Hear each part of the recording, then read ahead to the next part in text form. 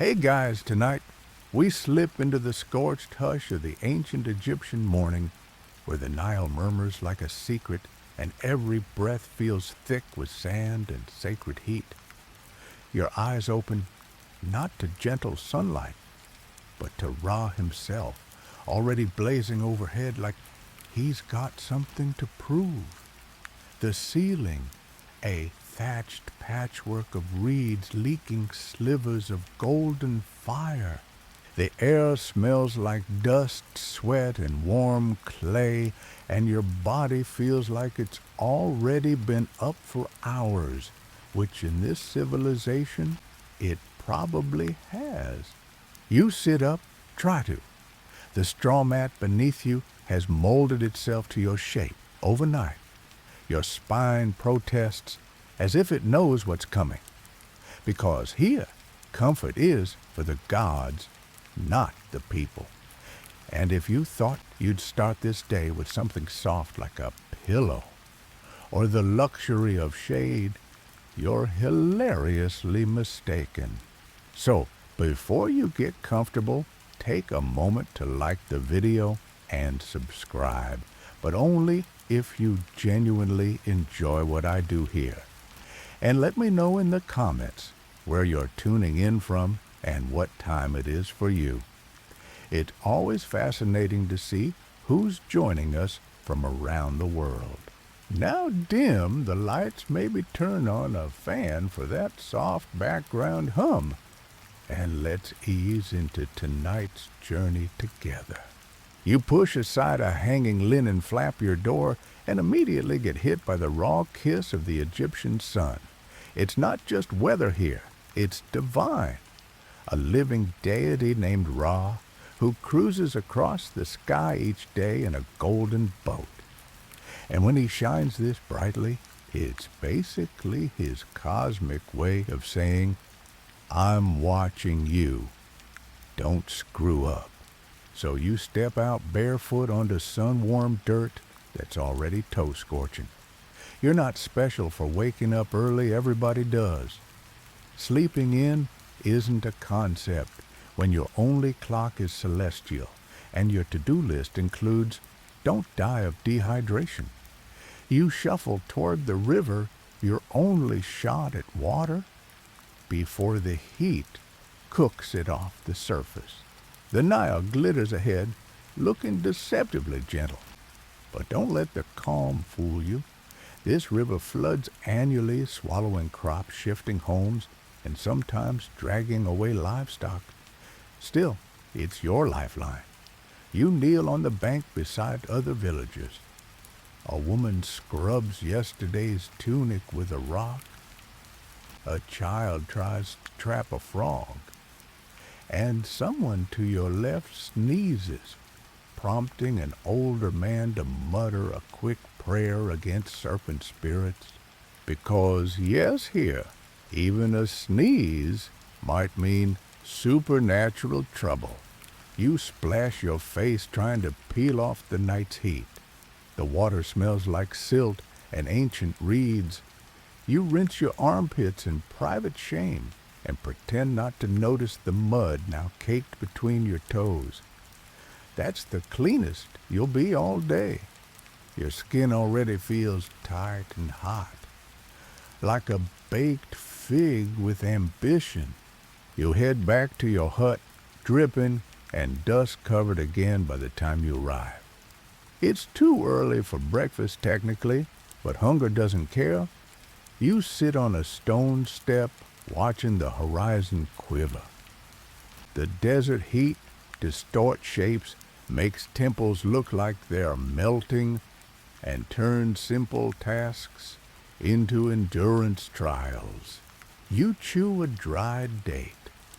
Sweet, sticky, and oddly smoky, it was probably dropped 3 times before reaching your mouth.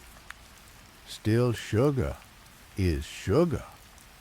And you'll need it because the next 10 hours are going to demand everything you've got. You eye the distant fields already dotted with silhouettes of people working tiny ant-like shapes moving in the glare.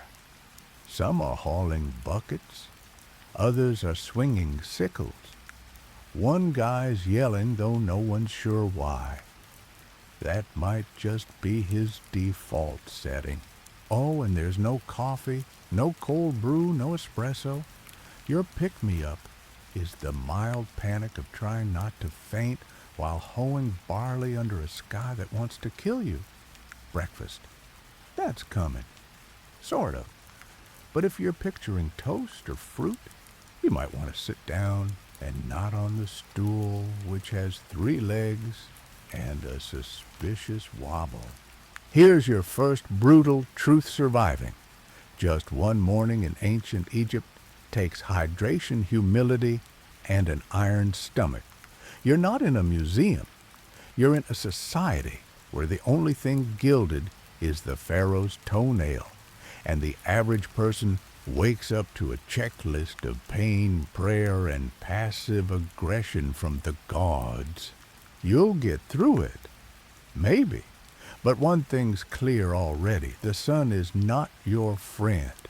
It's your boss, your warden, your judge, and every second it blazes above, you're being watched. And you haven't even had breakfast yet. The term breakfast in ancient Egypt is generous. You shuffle back into your home, a glorified mud cube, with attitude, and spot your meal sitting patiently on a crude slab of pottery. It's not warm because it never was. It's not cold because nothing in Egypt stays cold unless buried underground or spiritually cursed. What you get is bread. Always bread. Forever bread. It's flat, dense, and full of unintended extras like grit sand and the occasional bug wing. You pick it up, and a bit of it crumbles like it's trying to escape. The taste is familiar, dusty dry, and somewhere between chewy sandal and burned hope. Still, it fills your stomach, or at least muffles the echo. If you're lucky, there's beer. Not the crisp, golden kind served in pubs today, no. This is ancient beer. Thick, chunky, and more like a soggy grain smoothie. You sip it slowly. It smells like someone left porridge in the sun and said, yes, this is now a beverage. But again, calories are calories. You squat in the corner of your hut to eat. Chairs are rare, and mostly for the wealthy or infirm. The room is dim, filled with the musty scent of old straw, and buzzing with life. Literally, flies hover like they own the place. One lands on your bread. You wave it off, then sigh and eat anyway. At this point, you've made peace with the fact that your protein intake may be mostly accidental. A child runs past the doorway outside barefoot, holding a lizard by the tail and yelling something about Heka, the god of magic. Whether it's a game or a ritual is unclear, and honestly, the line between the two is always blurry in Egypt. Magic isn't fantasy here. It's infrastructure. Everyone believes in spells, charms, and curses like they believe in gravity. If your bread is too hard, probably a minor curse. If your neighbor's goat died, definitely a curse, or worse, divine retribution. And while you're chewing your earthy slice of sustenance, a woman next door lets out a yelp. You glance over through a crack in the wall. She's balancing a pot on her head, glaring at her husband, who apparently forgot to fill it at the river. Ancient domestic tension. It's oddly timeless. You hear a voice in the distance, the overseer. He's warming up his vocal cords for a day of yelling. His shouts echo off clay walls, slicing through the hot morning like a whip made of vowels. That means it's almost time to head to the fields. But before that, a little grooming. You reach for a lump of natron sodium carbonate, your all-purpose cleaner. It's your soap, toothpaste, and deodorant all in one chalky miracle. You rub a bit on your armpits and teeth. It tastes like licking the inside of a kiln, but your breath is now legally acceptable by ancient Egyptian standards. Sort of. You also dab on a bit of scented oil if you're fortunate to own any. Derived from herbs or flowers and mixed with animal fat, it smells vaguely of crushed plants and regret.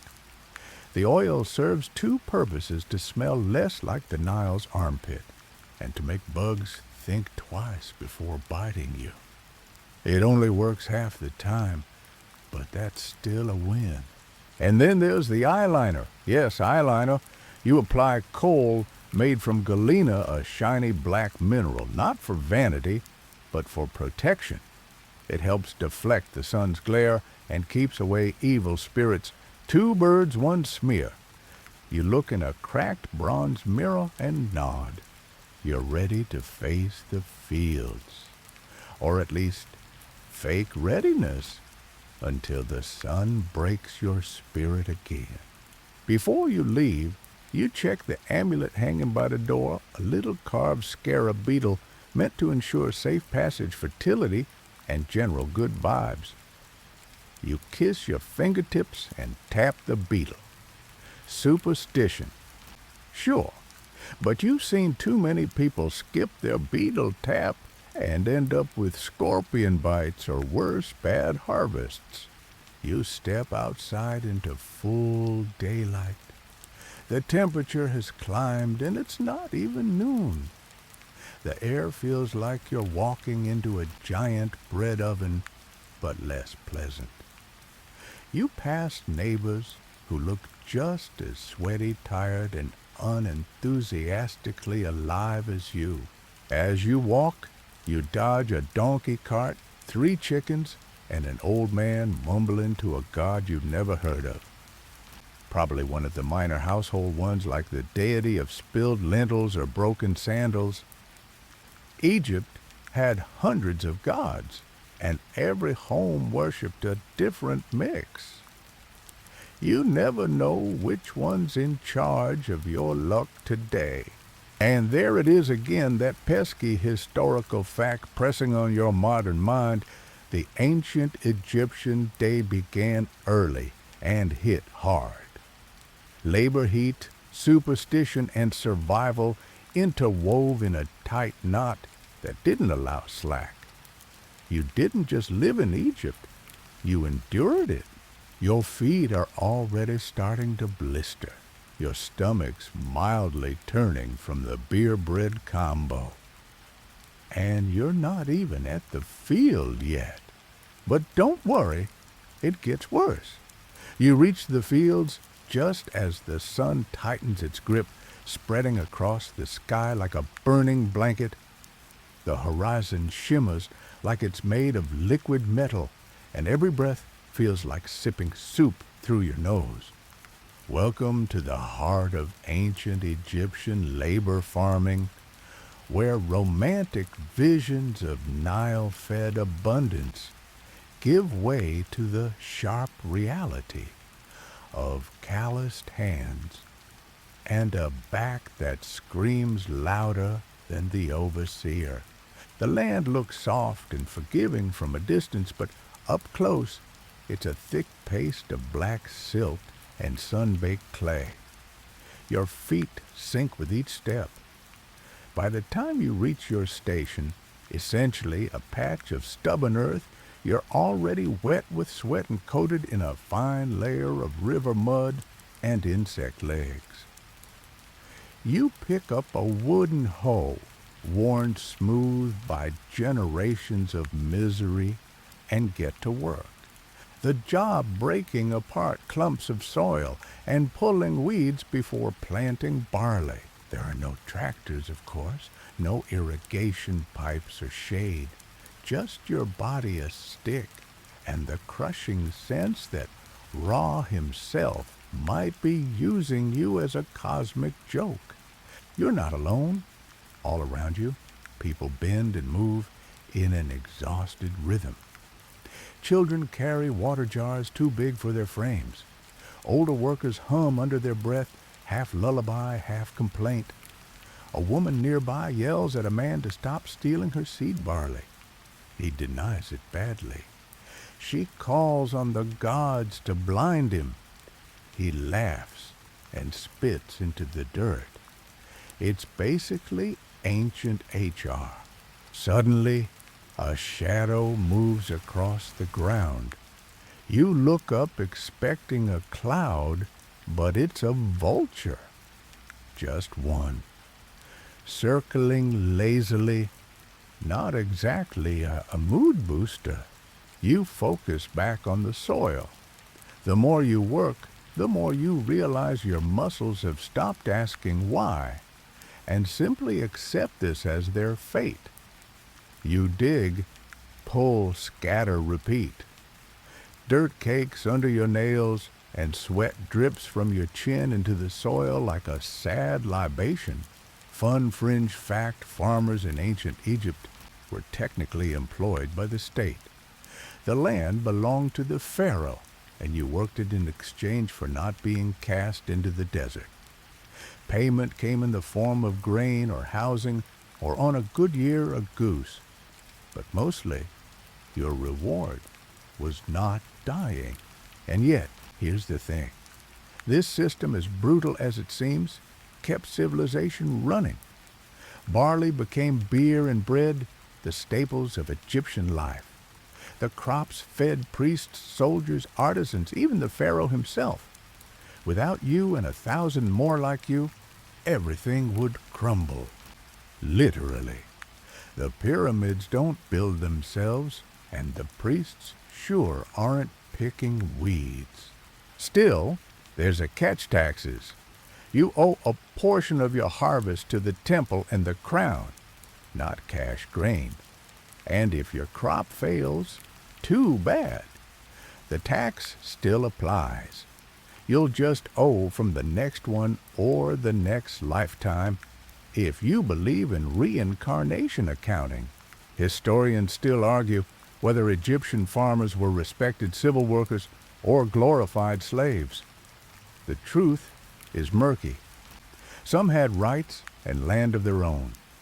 Others were labor conscripts dragged in during seasonal flood recovery or forced into temple service as part of corvée labor. Your status depends on your lineage, your location, and the mood of your local scribe. Speaking of scribes, one wanders by now shaded under a parasol held by a boy half his size. He stops to note something on a scroll. You don't know what. Maybe crop yield estimates, maybe whether you're working hard enough. Either way, you don't make eye contact. The sun's getting crueler. It's no longer a golden disk, it's a weapon. Your sweat turns sticky, your vision swims, and your lips dry into a crusted line. There's water nearby, but not much. You ration it. Sip. Wait. Sip again. You don't have the luxury of drinking freely, not when there's still hours to go and no such thing as a break bell. A boy next to you groans and slumps over. Heat stroke, maybe. A man hauls him into the shade. No panic. This happens all the time. The overseer doesn't even pause. He'll recover. Someone mutters. Or he'll see Osiris early. Either way, the hoeing continues. As you grip the handle again, splinters press into your palms. You twist your back and feel something pop. Not good, but not fatal, and therefore irrelevant. You glance up at the horizon. The pyramids are barely visible in the distant stone giants in a sea of heat haze. You wonder if the people who built those also dreamed of quitting halfway through the day and becoming a papyrus merchant instead. But quitting isn't an option. You hoe, you sweat, you survive. And this is just the planting season. You pause hunched over your hoe as a breeze finally stirs hot, dusty, but better than nothing. It carries the scent of river silt and the faint, slightly sour trace of something baking in the sun. You realize it's probably you, or possibly your neighbor whose linen tunic hasn't seen a wash since the last lunar cycle. Your break lasts only seconds. The overseer, a wiry man with the voice of an angry goose and a stick he calls motivation, barks at someone 3 rows over. You straighten your back instinctively. It doesn't help. Pain zips down your spine like a bolt of lightning, and your muscles scream betrayal.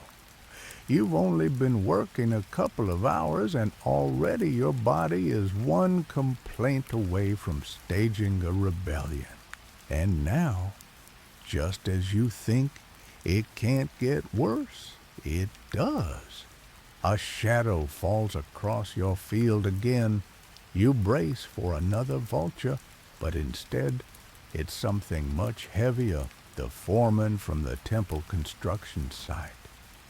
He's looking for volunteers. You lock eyes with him for a second too long. Mistake.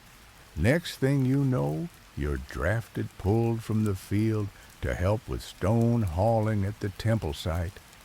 No one protests. This is Egypt. You don't decline temple work unless you're actively seeking divine punishment, and even then there are faster ways to get cursed. You're herded toward the site with 5 others, all of you walking like condemned breadsticks. As you arrive, the temperature seems to rise again.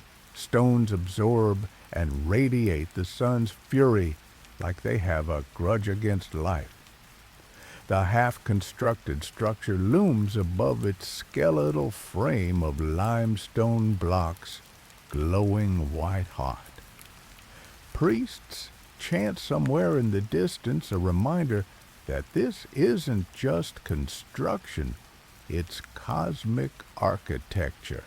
You're handed a rope, that's it. No gloves, no shoes, just rope, and a command to pull. The stone slab before you is roughly the size of a small elephant. It rests on a wooden sledge, and your job is to help drag it up a makeshift ramp coated in sand and prayer. You dig your heels in and pull. The rope bites into your hands immediately.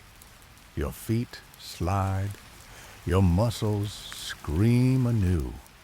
And still, the slab barely moves. You lean in harder. Others grunt beside you, forming a symphony of pain. It inches forward just enough to give you false hope. Here's the quirky part. Archaeologists still debate how Egyptians moved such enormous stones. Some argue for sledges and water-slicked sand.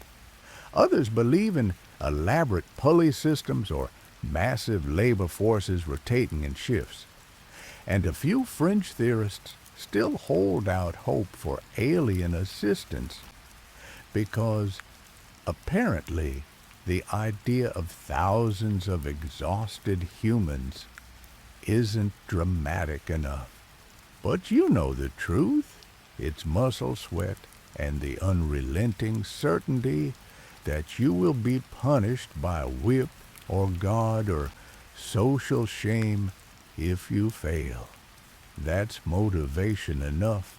After what feels like hours but is probably 20 minutes, your section completes a single pull. You collapse in the shade of a half-built wall chest heaving. A boy hands you a clay cup of warm water. It's gritty. You drink anyway. A priest passes by, murmuring blessings over the new foundation. he sprinkles something probably nature and possibly ground flowers. You nod respectfully, even though your brain is halfway to heat stroke. These structures aren't just for worship, they're expressions of divine order.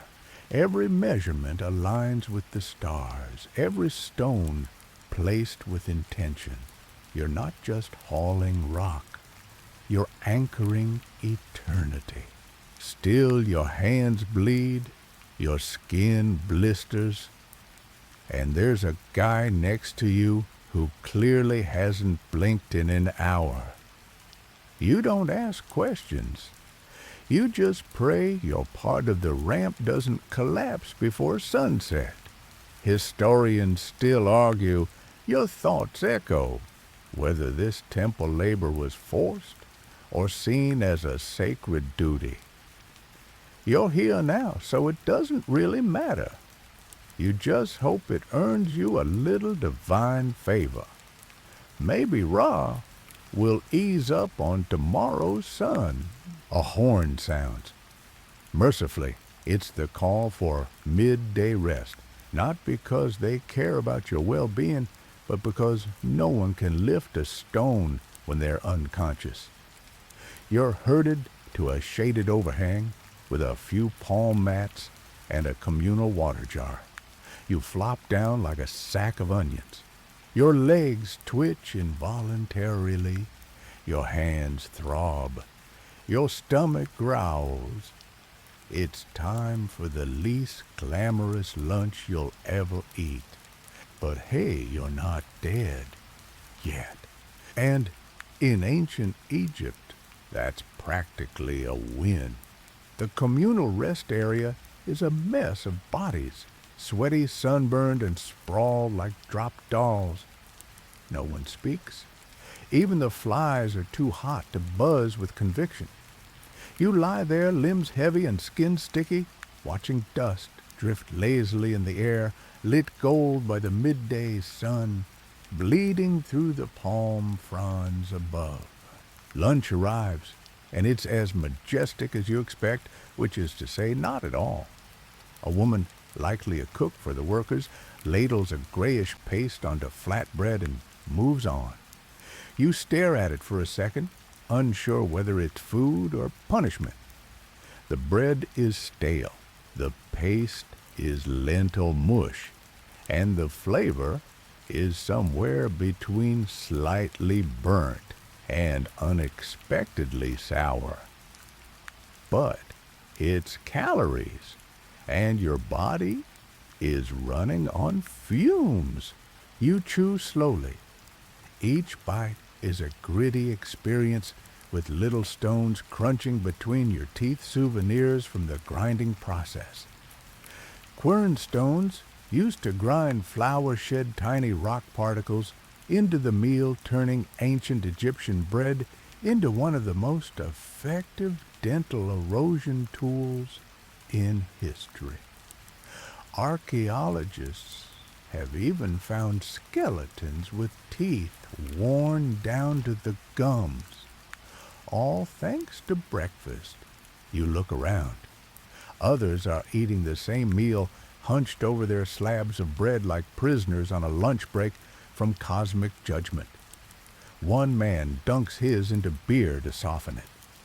Another prays silently to Hathor, goddess of joy, as if she might sneak a date fruit into his mush by divine accident. The conversation, what little there is muted and practical. Someone mentions a cousin who passed the temple exams and became a scribe unheard of in this neighborhood. Someone else complains about the sand getting into their bed. No one talks about ambition. That's a luxury. You talk about your back, your blisters, your water jug running dry, and yet it's not without humor. The man beside you who has only 2 teeth left but laughs like a boy, tells a joke about a priest, a goose, and a jar of honey. You don't get all of it, but the punchline involves crocodiles and somehow it works. You smile despite yourself. A fly lands on your leg. You swat it lazily. Another lands, then two more. Welcome to Egypt, where the insects have unionized and are completely immune to your protests. Overhead, the sun still reigns. There's no such thing as cool shade, just less agonizing. The breeze returns in brief gusts, like it forgot something and came back quickly. You sip your water. It tastes vaguely of clay and Nile, but it's wet, and that's what matters. One worker starts humming, a soft, simple tune older than memory, the kind of melody passed down from mother to child, from harvest to harvest, until it becomes less song and more habit. Others join in. The sound is low, soothing, and rhythmic. It blends with the creak of ropes and the whisper of palm leaves, almost enough to lull you into a doze. But the foreman returns. His shadow precedes him long and sharp. The horn sounds again, and everyone groans. Rest time is over. You haul yourself upright. Your joints click like ancient hinges. Your tunic clings to your back. You shake dust from your arms, slap your sandals against the ground, or your bare feet, if you're not lucky enough to have sandals, and rejoin the line. On the way back to the site, you pass a shrine to Thoth, god of wisdom. It's a simple thing, just a carved ibis perched atop a stone column. Someone's left a bit of honeycomb there, a sweet bribe for clarity. You nod at the shrine. Doesn't hurt to hedge your bets. You also notice a patch of dried blood in the dirt, likely from a hauling accident earlier in the week. No one's cleaned it up. No one will. Blood soaks in and becomes part of the site's history. Just another layer in Egypt's dusty divine bureaucracy. Historians still argue whether these midday breaks were sacred pauses tied to solar cycles or just pragmatic moments to avoid losing half the workforce to heat stroke. Either way, the rest was never long enough. Back at the ramp, you pick up the rope again. Your hands protest, but the rock doesn't care. The block waits inert and pitiless. It could be a slab for a temple wall or a future statue's base. It could also crush you if someone trips.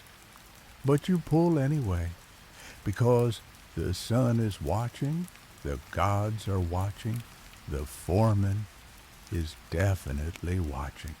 1 foot forward, then another. You lean into the strain. The rope groans. Your body does too. The chant resumes not from a priest this time, but from one of the workers. It's rhythmic, steady, ancient. A way to keep moving, to survive another hour, another stone, another sunbeam on your neck like a brand. You're not just building a temple. You're offering up your sweat, your voice, your breath to the gods, one dusty heartbeat at a time. The afternoon blurs into a haze of repetition. You pull, heave, breathe, and ache. By now the sun is no longer rising. It's blazing at full strength, hammering the earth with golden fury. Your tunic sticks to your body like a wet rag. Your scalp itches beneath the linen wrap that barely keeps your brain from frying. And still the work continues. Eventually, a horn sounds again. Not the meal horn, not the overseer's bark, but something different, deeper, ceremonial. A procession is approaching. You drop the rope and step back with the others brushing dirt from your hands as a murmur ripples through the workers. Everyone moves aside, forming an impromptu corridor between rows of carved stone. The air seems too still, as if even the flies know to be quiet now. From the distance comes a shimmering boat, not a real one, but a ceremonial bark, gilded and shimmering under the desert light. It glides on a wheeled platform pulled by robed attendants, and atop it stands an icon of the pharaoh. Not the man himself. Gods forbid a commoner should see his actual face, but a golden effigy surrounded by incense and flanked by chanting priests. The crowd bows low. Not everyone gets on the ground your back protest enough already, but you lower your head out of instinct. It's not just respect, it's survival. You don't want to be the one caught glancing too high and accused of impiety. The priests pass, their voices rising in waves.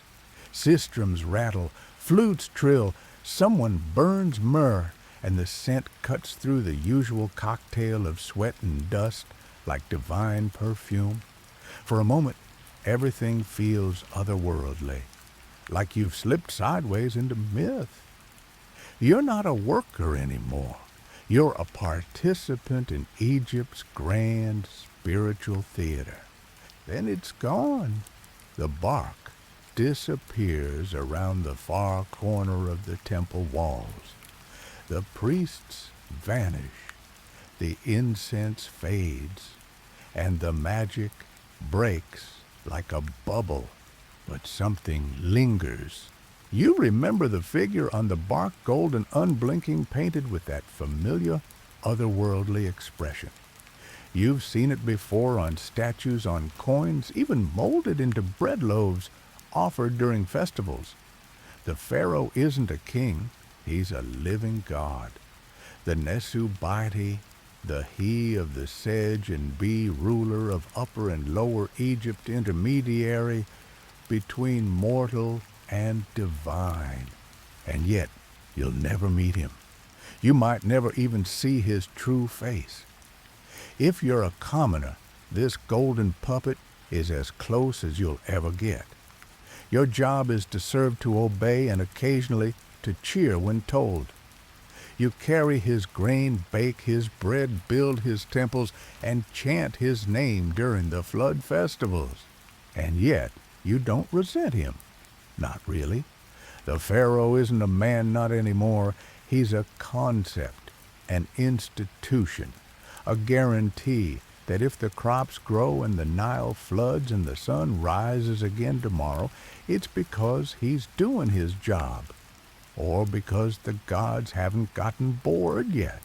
You get back to work with that thought rattling around in your skull like a loose bead.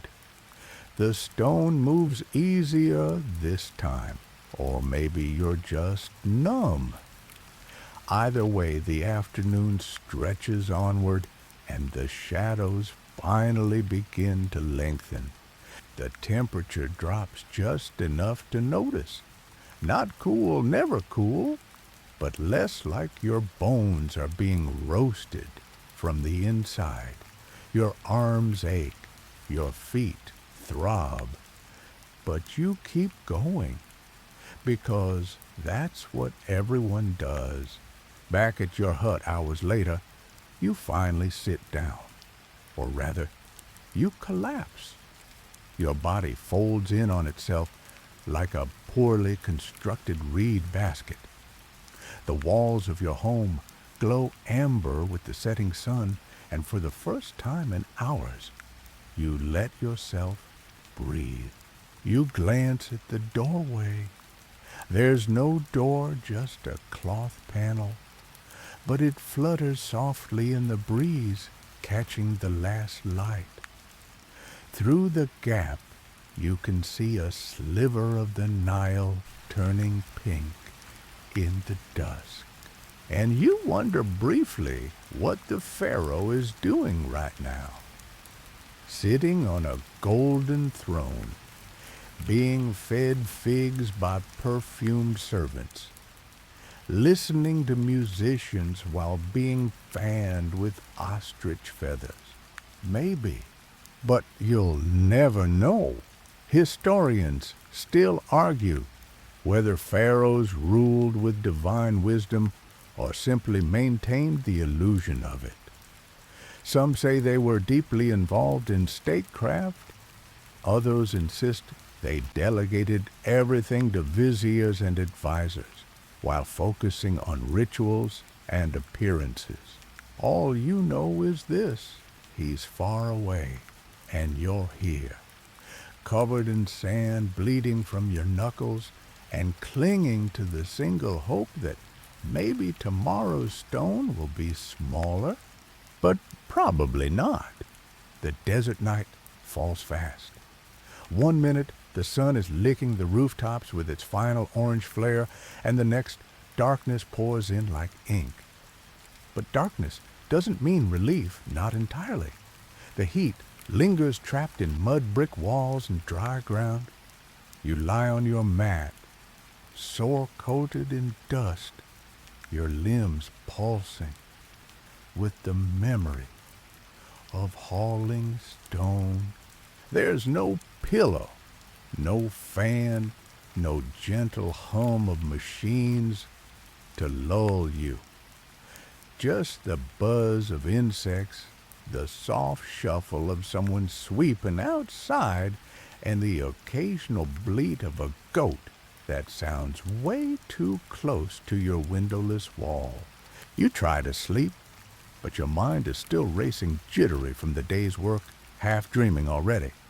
Your back itches where your tunic rubbed raw. Your arms are stiff.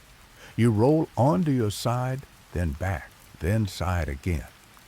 Eventually, you just lie there, eyes open, staring at the low ceiling as the shadows shift. And that's when you hear it. Footsteps, not close, not urgent, just the measured pace of sandals on sand. You sit up, straining to listen. A voice murmurs something in a rhythm too even to be conversation. It sounds like a prayer or a ritual chant. Then it fades. Probably a priest, or someone seeking a blessing from a shrine nearby. Maybe even someone caught up in a domestic dispute taking it to the gods instead of their mother-in-law. That's common here. When you've got hundreds of deities available, there's always one on call. You lie back down. Your muscles sink into the mat like you're dissolving. But just as you drift into something like sleep, your bladder reminds you that you drank way too much grain beer and not enough actual water. You groan and sit back up. Outside, the village is quiet. The stars are absurdly clear. No clouds, no city haze, just the Nile sky, an ancient observatory hanging over the rooftops. The Milky Way stretches across the darkness like a spilled jar of flour. You step outside barefoot, the cool sand oddly pleasant. A few other silhouettes are moving around, someone checking their goat, someone finishing laundry, someone watching the stars like they expect answers. You do your business behind a bush, trying not to step on anything that hisses. Then you look up again. In ancient Egypt, stars weren't just decoration. They were gods, messages, portents. The constellations had names, stories, significance. The star Sirius, for instance, wasn't just a bright dot. It was Sopdet, goddess of fertility and flood. When she rose before dawn, it meant the Nile was about to flood, and with it, the promise of crops, wealth, and survival. Even now, your gaze lingers on one bright star hovering low in the sky. Maybe it's serious. Maybe it's just your eyes playing tricks in the heat haze. Either way, it's beautiful. You think of the stories told around these stars, how the goddess nut swallowed the sun each night and gave birth to it every morning, how Ra journeyed through the underworld at night, fighting serpents in the dark so the dawn could happen again. And suddenly, your life scraped, knees cracked, nails sand in your ears, feels a little less isolated. You're part of something, a cycle, a rhythm older than language. Back inside, you collapse on the mat once more. This time, you let the silence in. You let the darkness wrap around you. Your breath slows. Your eyes stay closed. You drift. But let's not forget one thing: comfort. That's still a luxury reserved for statues, nobles, and gods. Your bed is still scratchy straw. Your home is still a glorified mud box. And your feet still look like they've been attacked by a cheese grater. But sleep comes. Eventually. Tomorrow, the sun will rise again because Nut will birth it, and Ra will drive it, and you'll rise with it. To hold a haul, to eat gritty bread, and squint at divine processions you'll never be part of. Still, you made it through the day. And that's saying something. By the time the first faint light tickles the edge of the sky, you're already stirring. Not from an alarm, there are none, but your body has internalized the schedule of a civilization that never really sleeps, only rests between responsibilities. Your joints protest as you sit up. You stretch, hearing at least 3 concerning cracks from your back, and rub grit from your eyes with fingers that still feel sore from yesterday's rope burns. There's no breakfast waiting yet, but you know better than to linger. There's water to fetch, bread to scavenge, a new set of chores to endure. You make your way toward the river, the sky shifting from lavender to peach. It would be beautiful if you weren't already sweating. You pass shrines tucked into alleys, bits of cloth tied to posts, small offerings of grain or dried fish left in cracked bowls. Each one a tiny plea to the gods. Protection, luck, fertility, forgiveness. But one shrine catches your attention this morning. A freshly lit oil lamp flickers beneath a painted image of a creature with the head of a crocodile, the body of a lion, and the haunches of a hippopotamus. Amit, the devourer of the dead. You stop for a second, not out of reverence exactly, out of concern. Amit isn't a god. She's a monster, the final gatekeeper in Egypt's elaborate afterlife bureaucracy. If your soul makes it all the way through the trial past the scribe Thoth, past Anubis weighing your heart against the feather of Maat, and your heart turns out heavier with sin than truth, that's when Amit steps in. She eats it. Not symbolically, literally. No second chance, no redemption, no entering the field of reeds, their version of paradise, just spiritual annihilation, like you never existed. You've seen her depicted everywhere, temple walls, amulets, funerary scrolls, always lurking by the scales, always ready. You drop a small chip of bread by the base of the shrine, just in case. The belief system here is complicated. Death isn't the end. It's an exam, and the study material, your life. Every choice you make, every prayer you mumble, every time you help your neighbor or don't goes into the cosmic balance sheet. And it's not just about being good, it's about balance. Ma'at isn't mercy, she's order, truth, cosmic symmetry. That means skipping a temple tax or muttering a curse under your breath could tilt the scales. Historians still argue whether ancient Egyptians truly feared Amit or used her image more as a moral tool, a way to reinforce order in a complex society. Was she theology or just celestial law enforcement with excellent branding? Either way you believe, because everyone does. Even the skeptics carry amulets. Even the loudmouth in the grain line makes offerings when his goat gets sick.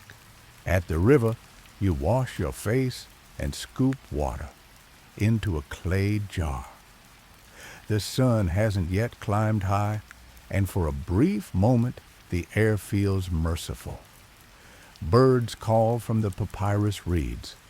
A fish flops lazily near the surface. You almost forget your blisters. You return home and nibble on the stale bread you left on a shelf the night before. It's harder than yesterday, possibly older than your memories. Still, it holds off hunger. You smear a bit of fig paste on it, the only sweetness in your day. You're halfway through chewing when a young girl runs past your door yelling, "A scorpion, a scorpion." You freeze. Scorpions are no joke. Their sting can kill especially children. You grab your sandal and rush out, slapping the ground just in time to send the little beast skittering under a pot. Someone throws sand at it. Another smashes it with a reed stick. The crowd disperses in seconds, the girl's safe, but crying. A neighbor mutters, "Set sent it. The god of chaos storms and everything inconvenient." That's the default explanation when anything awful happens. Bad weather, bad luck, bad insects. Someone else says, "No, it's a curse. Her mother insulted a priest. The rumors fly faster than the scorpion ever did." You sigh. Chaos is both metaphysical and social here. One minute you're fine.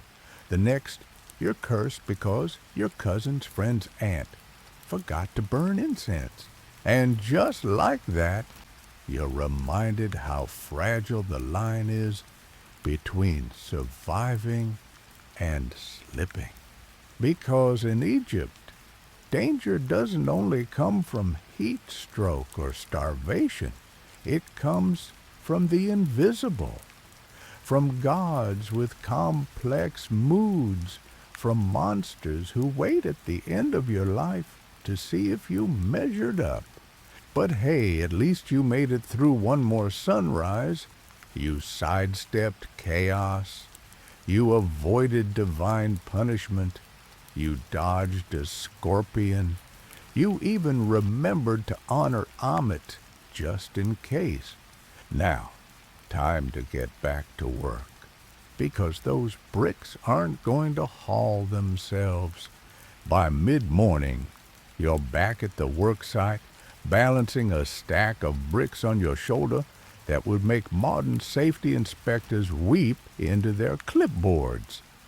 Your feet slide on the ramp's sand-dusted planks, and your muscles feel like they've been replaced with chewed rope, there's a brief moment where you genuinely consider whether faking heat stroke might get you out of this. Then the overseer makes eye contact. Nope, not today.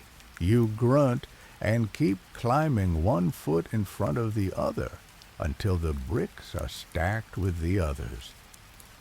A foreman grunts his approval, and you limp back down, arms swinging loose like dead reeds. It's not glamorous, and yet there's a strange rhythm to it now. The endless repetition, the raw ache of labor, it becomes a kind of prayer, a chant written into your body, one that says, I am still here. I am still moving. You pass a wall in progress covered with colorful frescoes, bright scenes, painted in mineral hues that somehow haven't faded under the merciless sun. Gods with animal heads, priests offering lotus blossoms, rows of worshippers in poses so stiff they must have had neck cramps for eternity. It's beautiful, yes, but also a reminder. These temples, these walls, these paintings, they're not for you. You helped build them, carry them, decorate them. But once they're done, your feet likely won't touch their polished floors again. They're for the gods and the pharaoh and maybe a very lucky noble or two. You'll watch from outside the courtyard, squinting through the gaps, hearing muffled chants through stone. And yet, you keep building, because to build something divine, even from the outside, is still better than being forgotten entirely. Back in the mud village, meanwhile, your neighbor is preparing for a funeral. You see her walking with a few others toward a boat at the river's edge, carrying linen and small jars of ointment. Someone has died. An elder. You don't ask who. In ancient Egypt, death isn't a final goodbye, it's a ritual. The body will be washed, wrapped, and sent off with amulets and offerings. The Book of the Dead may be read aloud depending on how literate the family is or how much they paid the local scribe. Prayers will be whispered, names repeated. Because to forget a name is to truly lose someone. But what's strange is how little panic there is. No wailing, no tearing of garments. Just ritual, just rhythm.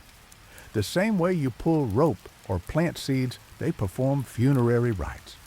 With care, with reverence, with the same quiet understanding, life is temporary.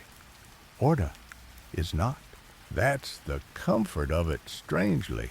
Even the harshest days have structure. Even death has steps to follow. Historians still argue whether the average Egyptian feared death or embraced it as part of an eternal continuum. Some believe the rituals were hopeful. Others say they were survivalist PR campaigns designed to soothe the terror of mortality. You don't know. You just know it's exhausting to be alive and exhausting to be dead. But at least the dead don't have to haul bricks. A break is called not by mercy, but because a sandstorm is approaching. You see it before you feel it, a brown-gray wall rising at the horizon, rolling fast. The overseers shout. Workers scramble to cover tools and rush into nearby shelters. You duck into a half-built hallway, pressing your back to the cool stone. Then it hits. Sand slaps your skin like tiny knives. It hisses through cracks, stings your eyes, grits your teeth. It gets everywhere. Your ears, your nostrils, your mouth. You hold your tunic over your face, but it's like trying to stop the Nile with a soup spoon. This isn't unusual. Egypt's sandstorms or camps and sweep in like angry phantoms, blotting out the sun, stirring the gods. Some say Set rides in on these winds, sowing chaos and confusion. Others say it's just weather. Either way, it's miserable. You huddle there for what feels like hours listening to the storm snarl around you. It's easy to imagine gods in the storm lashing out, reminding you who's in charge. Because in Egypt, you're always being watched, judged, measured, and yet, when the storm finally passes, something unexpected happens. The world is quiet. The wind dies. The air settles. The sun peeks through again, more golden than angry now. And the temple half built, half buried glows, clean, sharp, almost holy. You step out, brushing off layers of sand, blinking into the new light. Your fellow workers do the same, each coated in dust, each looking like statues come to life. And in that moment, something shifts, not just in the sky, in you. Despite the pain, despite the dirt, despite the endless demands, you are part of something that will outlast you. Something stone carved, something sacred. Maybe that's enough. By the time the sun begins its descent toward the jagged line of the western hills, your body has surrendered to autopilot. Every step you take, every brick you lift, every breath you pull through your teeth is muscle memory now, because thinking just gets in the way of surviving. When the horn finally sounds for the end of the workday, it doesn't bring joy. It brings silence. Exhaustion so complete you can't even celebrate. You just stop moving. Drop whatever you were holding. Let gravity win for a minute, and then you shuffle home. You pass familiar faces all coated in the same grimy film of sweat, dust, and effort. Some people talk about dinner, about temple offerings, about how much they want to sleep for a week. Others walk silently, each step a minor miracle. You arrive at your hut as the sky begins to bleed orange and crimson. The mud walls seem to drink in the color, glowing with a quiet warmth. Inside, it's cooler. Slightly. You collapse onto the straw mat, limbs splayed, eyes fluttering. But before sleep, there's one more ritual. You reach into a small pouch tied to your tunic and pull out your most prized possession, a simple amulet shaped like an ankh. It's cracked, faded, maybe not even real faience anymore, but it's yours, and you believe in it. You tie it around your neck, not tightly, just enough to feel its weight. Amulets are everywhere in Egypt, for protection, for health, for fertility, for good dreams. They're carved into tombs, worn by children, buried with kings. You've seen some shaped like eyes, scarabs, falcons, cobras. Symbols upon symbols, each tied to a god or a concept. Your ankh stands for life, continuity. It's a little ironic considering how much of your day was spent feeling like you were dying. You remember once overhearing a temple physician explain to a scribe that disease came from invisible serpents that lived inside your body, that fevers were caused by spirits curling around the spleen, that sneezes were warning signs from within. The cure, a mixture of herbs, honey, prayers, and, of course, amulets. Medical science in Egypt is, let's say, eclectic. Yes, they had real anatomical knowledge. The Edwin Smith Papyrus, if you had access to it, contains detailed instructions for setting bones, stitching wounds, and treating infections. They even knew how to check a pulse. But for every grounded treatment, there's also a spell to expel the demon from the toe, or a paste made from crocodile dung to ward off spirits, which, yes, someone once put on their body. Willingly. Historians still argue whether Egyptian medicine was progressive or just spiritual superstition with occasional herbal success. The truth, like most things here, is both. Medicine and magic were partners. Healing wasn't about removing illness, it was about restoring Ma'at the balance. And when medicine failed, when prayers faded into silence, there was always one last defense preparation for the afterlife. You stretch your legs, toes poking out from under your tunic. They're raw, cracked. You consider wrapping them, but you're too tired. Maybe tomorrow. Maybe if they still hurt in the morning. A neighbor calls softly from outside offering a bit of cooked lentil stew. You trade her half a date and a kind word. Community, even among the battered and breathless, is part of what keeps the village alive. You eat slowly the warm stew, soft and salty, comforting, in a way that feels ancient, like you've had this exact meal before in another life. Someone plays a flute outside, just a few notes, melancholy, thin, carried by the breeze like a half-formed dream.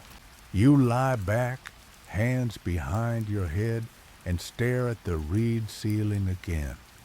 Your breath slows.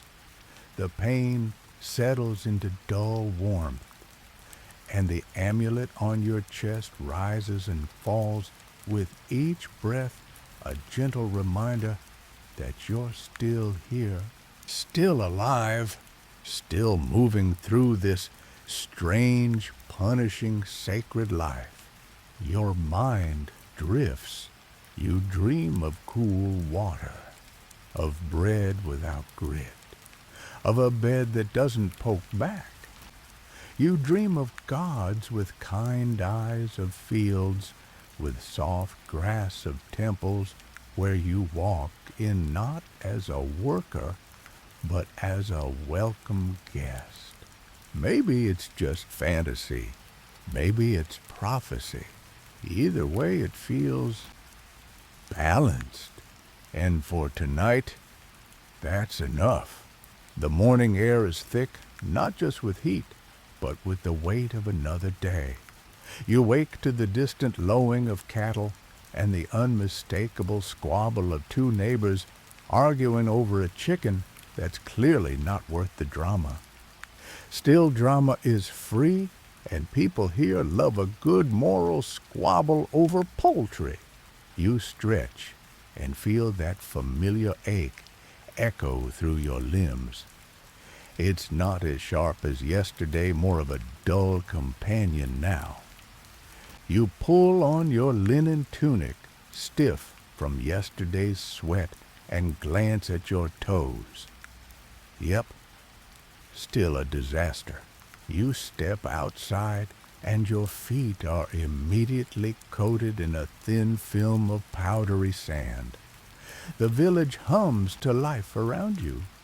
Someone's sweeping the alley with a bundled reed broom. A child is chasing a dog, or the dog is chasing the child. It's hard to tell. Today isn't for hauling bricks, thank the gods. Today is your market day. Not a break exactly, but it's a different kind of exhaustion. And maybe you'll trade something decent for once. You sling a basket over your shoulder, carved amulets you helped a friend make, some small strips of salted fish, and a pouch of natron. It's not much, but it's more than nothing. The market is a rowdy crush of humanity under rows of linen canopies.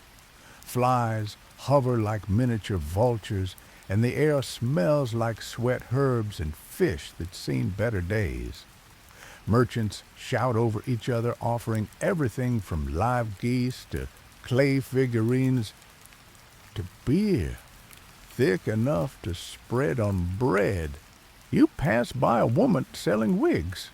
Wigs in this heat, but they're fashionable, made of tightly braided plant fibers or even human hair. For nobles mostly. Still, it's nice to look. You wonder what you'd look like with one. Slightly more important, probably. Slightly less like someone who just wrestled a sandstorm and lost.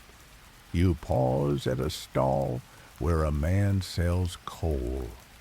He gestures at your tired eyes, gives a sympathetic grunt, and holds up a pot. Protection, he says, against glare spirits and your in-laws. You laugh. You don't buy it, but it's tempting. You trade 2 amulets for a strip of dried lotus root and a small flask of scented oil. It's a good deal. Probably. The lotus root will go in your next meal or your neighbor's if you're feeling generous. The oil you'll save. That stuff is sacred on festival days. As you turn away, a scribe brushes past you, draped in clean linen, carrying a bundle of papyrus scrolls. He doesn't apologize, doesn't even look your way. He's going to the temple, maybe to record offerings, maybe to copy hymns. You envy his soft hands and complete lack of sand in his ears. But you don't begrudge him, not really. Scribes are the backbone of the state. They record taxes, births, dreams, prayers, crop yields, and complaints. Without them, the whole bureaucracy would collapse. Historians still argue whether the social mobility of scribes made them sympathetic to the lower classes, or if most became tools of elite control. What you know is that man just walked past the same goat fight you did, and he didn't have to dodge the tail end of a cart. You keep moving. Down one alley, you see a group of women kneeling over grain, chanting softly as they work. There's rhythm to it. Grain chant, grind, grain chant, grind. It's almost hypnotic. You pause to watch. One woman catches your eye and smiles. Then you hear it singing.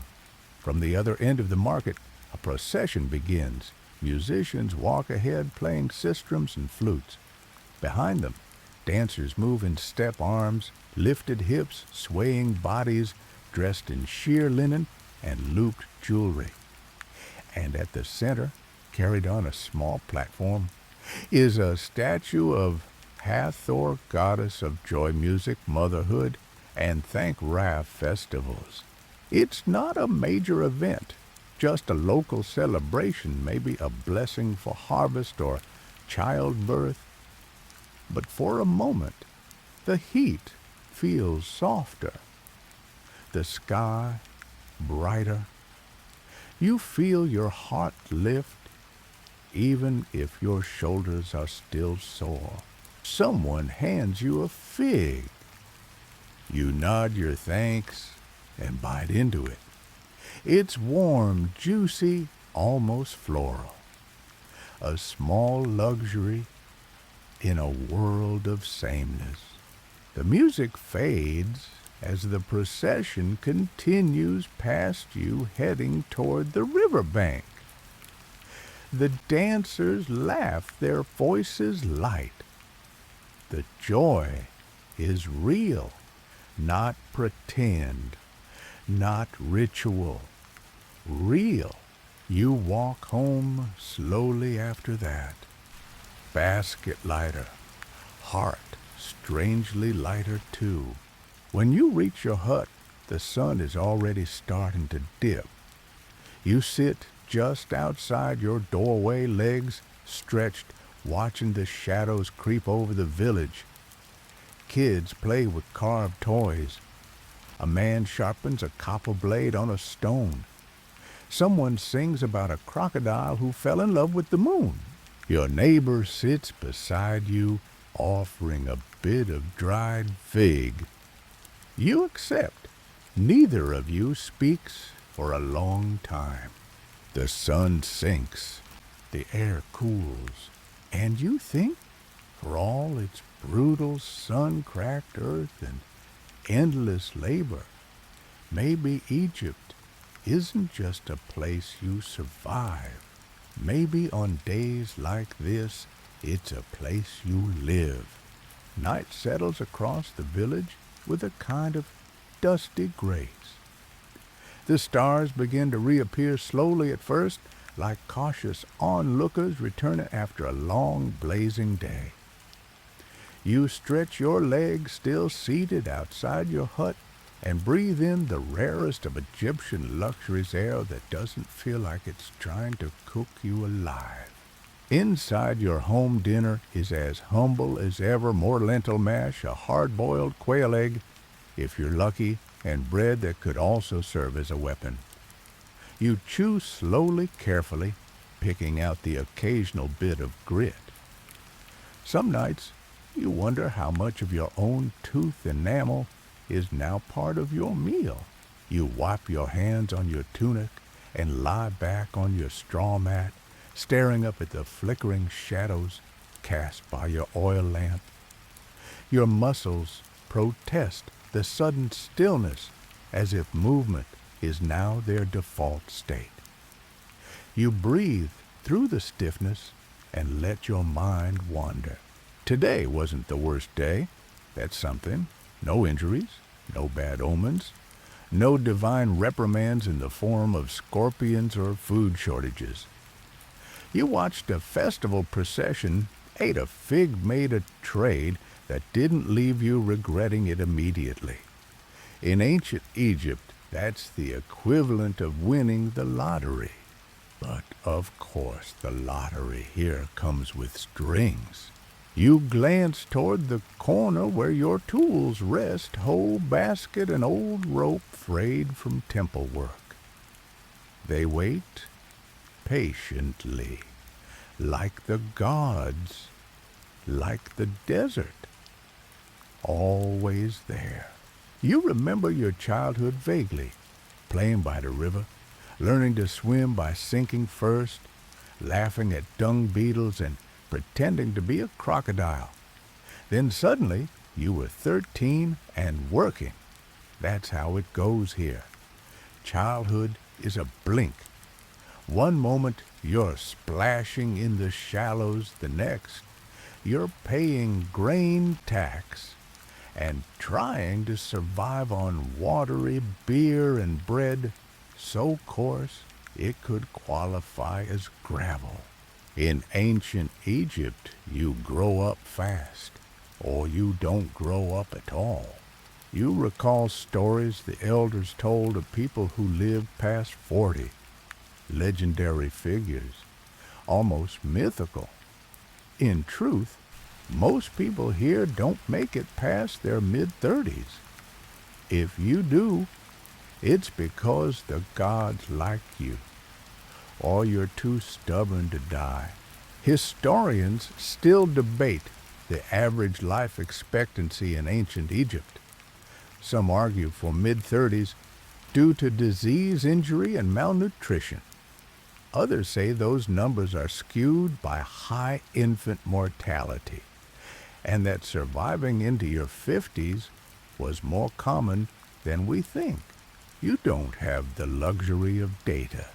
You have your neighbor's limp, your uncle's missing fingers, your friend's sudden disappearance after coughing blood for 3 days.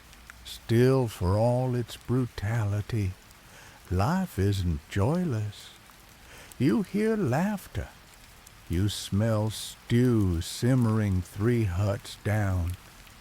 A woman sings a lullaby in a language older than pyramids. And you, well, you're still breathing. That counts for something. Suddenly, a loud thud breaks the quiet. You sit up, heart pounding. Was that your wall, your roof, a collapsing amphora? You rush outside to see the source. A goat. Your neighbor's goat, to be specific. It's broken through a loose panel and is now standing proudly atop a broken basket, chewing what was probably meant to be tomorrow's firewood. Your neighbor runs out barefoot shouting curses that definitely won't pass Ma'at's scale of righteousness. You both laugh. You have to. It's either laugh or scream. You help her wrestle the goat back into its enclosure, nearly tripping over a startled cat along the way. She mutters something about turning it into stew. You remind her that it's her only goat.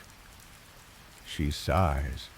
You both sit back down on her stoop for a moment, breathless. I swear it listens when I'm not looking, she says. Probably worshipped in a past life, you reply. It's the kind of tired, low-stakes banter that makes the exhaustion feel manageable. You share another dried fig and return to your own hut, brushing sand from your mat before lying down again. The stars are brighter now. The moon is full. A sliver of wind stirs the cloth in your doorway. Tomorrow, you'll wake up and do it all again. But tonight, you'll rest. And maybe, just maybe, dream of a future where bread doesn't crack your teeth, where temple stones roll themselves, and where goats learn manners. But until then, this is your world, a world that burns and blesses in equal measure. Morning begins with a cough, not yours, thankfully, but the deep, dusty kind from the hut next door. You wince. It's the old man again, the one who always smells faintly of garlic and whose joints sound like papyrus crinkling when he walks. He's been coughing for days now.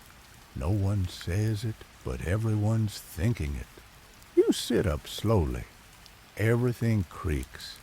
Your arms feel like old rope stiff, stretched, slightly frayed. You splash your face with water cold and bracing and rub sleep from your eyes. The Nile's distant murmur is the only softness in this morning's start. Today, you're assigned to carry water to the temple kitchens. It's not glamorous, but compared to brick hauling, it's practically a holiday. You shoulder 2 clay jars on a wooden yoke, adjusted awkwardly across your back. The path is long, dusty, and cursed with rocks that seem to aim for your toes on purpose. You pass a row of small homes, some with symbols chalked on their doorposts. Protective signs. Charms against illness or theft, or more mysteriously, bad eyes. One house has a smeared handprint on the lintel. You don't ask. Some things are too close to misfortune to name aloud. As you reach the temple complex, the scale of it stuns you again, even though you see it often. Massive columns, walls covered in hieroglyphs and painted stories of gods and war and plenty. The kitchens, by contrast, are chaos. Clay ovens spew smoke. Women shout over bubbling pots and chickens, cluck nervously in a woven pen that smells like ambition and terror. You unload the jars, nod to the cook, and receive your next task, pest control. Not exciting, not noble, but necessary. You join two others in clearing rats from the grain storage. The rats are clever, fast. Some believe they're messengers of Set, the god of disorder. Others just think they're jerks with tails. You bang sticks, scatter ash, and plug gaps in the storage walls with clay. It's crude work, and it never really ends. The rats always return.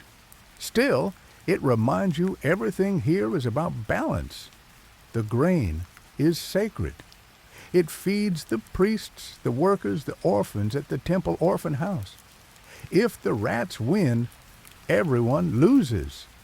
So you fight a little war every day against tiny gods of chaos that chew through your livelihood. Historians still argue how centralized Egypt's grain system truly was. Some say it was tightly controlled by temple authorities. Others believe there was more informal community-based distribution. But you know this. When the rats eat your portion, nobody from the bureaucracy shows up with a replacement loaf. By midday, your job shifts again. Now you're scrubbing a courtyard with a reed broom and buckets of water that feel heavier than the Nile itself. The stone underfoot is worn smooth by centuries of feet and ceremonies. You wonder how many people have stood right here, offering, worshiping, begging, bargaining. Kings, criminals, scribes, farmers, dancers, widows, lovers, all of them standing where you now scrub bird droppings from a limestone slab. Perspective is funny like that. You pause to rest, sitting in the shadow of a pillar carved with images of Horus and Ra. Their faces are serene, impossibly symmetrical. Their eyes seem to follow you, always watching, always judging. You wonder what they think of you. Just then, a novice priest walks by a boy no older than 12, draped in clean linen, carrying a tray of date cakes. He doesn't see you, or maybe he pretends not to. You catch the scent of honey and cinnamon trailing behind him and close your eyes.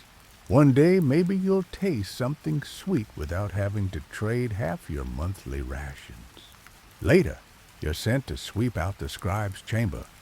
You enter quietly, and there they are, two scribes deep in their scrolls, surrounded by black and red ink brushes and half-finished records. They speak softly in clipped phrases, recording taxes, temple inventories, and personal petitions. You catch one fragment, petition from Senmut, claims his neighbor cursed his livestock, requests priestly arbitration. You smile. Even curses have paperwork. One scribe notices you, nods politely, then gestures toward a cracked amphora in the corner. You sweep around it carefully, pretending not to eavesdrop, though every word they speak feels like gold. These are the men who write truth, or at least the version of it that survives. You finish your task, bow slightly, and back out of the chamber like you're leaving royalty. The sun is dipping when you're finally released. You walk home slow. Every part of you hurts in a quiet, insistent way. Not the dramatic pain of injury, just the dull, nagging ache of being used again and again. At your doorway, you pause. A small frog has made its way inside. You smile. In some beliefs, frogs are signs of fertility, renewal, a good omen. You scoop it up, gently carry it outside, and set it by the reeds. Then you sit watching the sky darken. A neighbor hums a song you recognize from childhood. The stars emerge one by one as if summoned, and for a moment you're not a laborer or a broom wielder or a rat chaser. You're just here, breathing, listening, waiting for the night to cradle you in silence.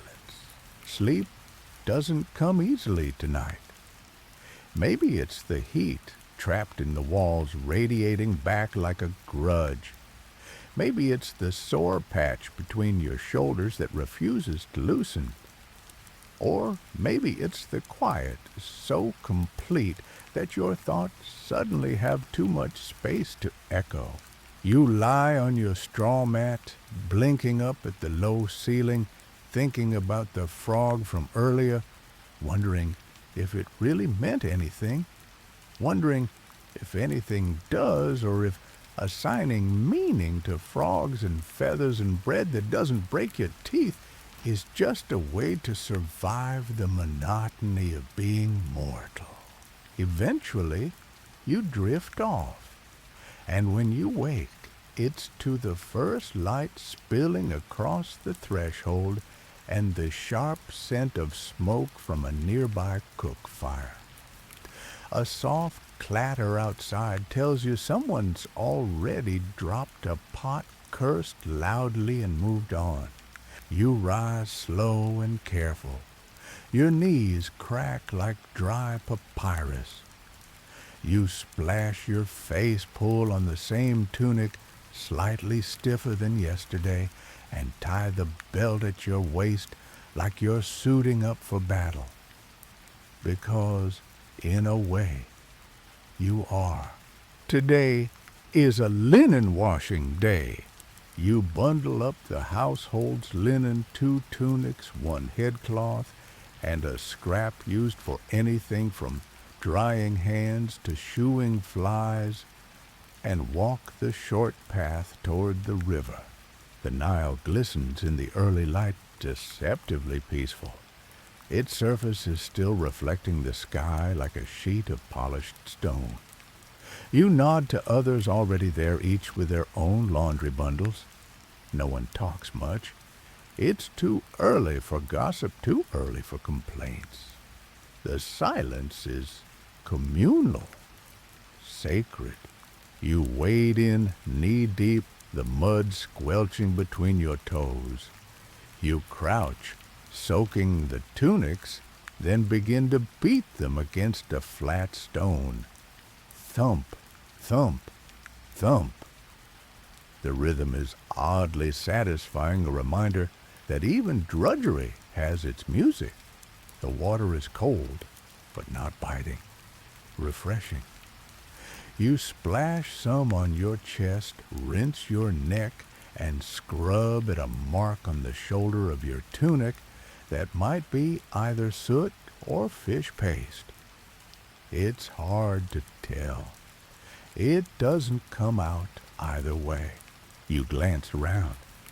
A woman nearby mutters a prayer under her breath as she works, pausing to tie a knot in a red thread around her wrist. Protection, maybe. A man on the far bank has set up a small shrine, a carved falcon perched on a stone. Offerings of grain and beer sit beside it, slowly being claimed by the water.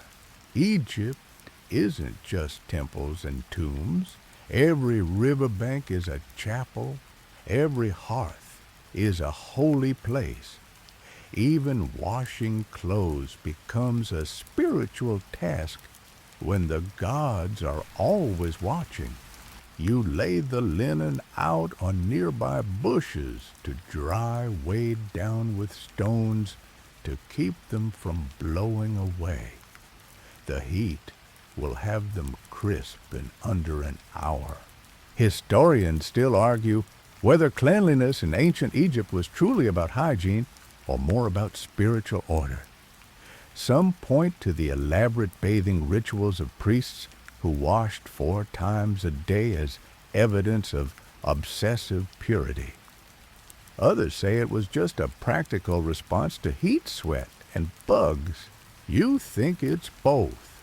You don't scrub your tunic just to smell better.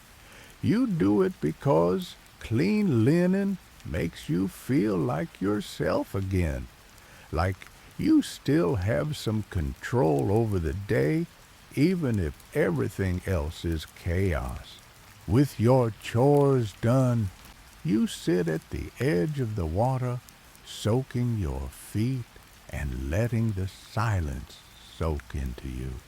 You remember stories told by elders of gods who fished from the Nile and monsters that slithered beneath its surface, of crocodiles so ancient and so smart they could recite hymns. You look out over the river, half expecting one to surface, and nod politely before vanishing again. The Nile is both comfort and danger. It feeds you, it floods your home, it brings life, and sometimes it takes it, but it never stops flowing. You trail your fingers through the water, watching the ripples spiral outward. No destination, just movement, just rhythm, just now. Back at the village, the linen dries quickly in the mid-morning sun. You shake each piece before folding it, enjoying the crisp sound. For a brief moment, you imagine hanging your tunic inside a noble's home across a marble basin with perfumed oils and servant hands tending to the fold. Then someone's goat knocks over your water jar, and you're violently reminded of your actual station in life. You return to your hut, the clean linen stacked carefully in your arms. It smells like sun and Nile, and maybe, if you're lucky, just a hint of victory. Later, after a small midday meal, you sweep out your hut. Sand, as always, has invaded every corner. It's like living in a house with 1,000 tiny enemies. You mutter to yourself as you work lifting the mat, brushing under the pottery shelf, rescuing your amulet from where it fell between cracks. Then comes the part you almost enjoy, the little altar. It's not fancy, just a raised shelf of mud brick with a few offerings, dried flowers, a carved wooden ibis, a cracked eye of Horus bead. You light a bit of incense scraped together from market trades and generous neighbors and watch the smoke rise. You whisper a simple prayer for balance, for health, for one more quiet night, and then you sit on the floor, clean linen under you, hands resting on your knees, the house still. For the first time in what feels like forever, your body doesn't hurt. And that feels like a miracle. As the sun creeps higher, the light inside your hut turns blinding. It spills through the doorway and bounces off the pale mud brick walls, filling the room with a golden glare that demands attention. You squint, shielding your eyes with one hand, and shuffle your clean linen pile into the darkest corner, an ancient act of preservation against the eternal enemy, sun bleaching. You slip into your freshly laundered tunic. It's still warm from the sun and smells faintly of reeds and river silt, but in the best way, like life continuing despite everything. It clings, less breathes, better moves with you instead of against you. And here in Egypt, where the air itself feels like hot wool linen, is more than clothing. It's salvation. You step outside, letting your eyes adjust. Your neighbors are doing the same, venturing out in crisp tunics or faded scraps of cloth, everyone clutching water jugs or tools or baskets. No matter who you are, farmer, potter, cook, or cleaner linen, binds you together, rich or poor. It's what you wear. The difference is in the weave, the whiteness, the stitching. And whether yours was blessed by a priest or washed in your own cracked pot, yours washed by hand, blessed only by the fact it didn't tear in the river. You head to your next task, helping patch the roof of the storage house. Not because anyone told you to, but because a storm might be coming, or mice, or both. And no one wants the community grain to be ruined. Climbing the narrow ladder is a test. Your legs wobble, your knees pop. You carry a roll of woven palm fronds and a pot of mud, paste the ancient Egyptian equivalent of duct tape. The roof is dusty and warm under your feet. From up here you can see the entire village, rows of flat rooftops cooking fires, already blazing, a dog chasing a goose with mutual hatred in their eyes. The river curves beyond it, all shimmering like liquid metal, and the desert yawns beyond that, a sun-baked sea of silence. You patch the gaps carefully, mud slap, press smooth, palm frond press again. It's simple work, but your fingers know the rhythm. Your father did this, his father did this, somewhere your mother did it while singing.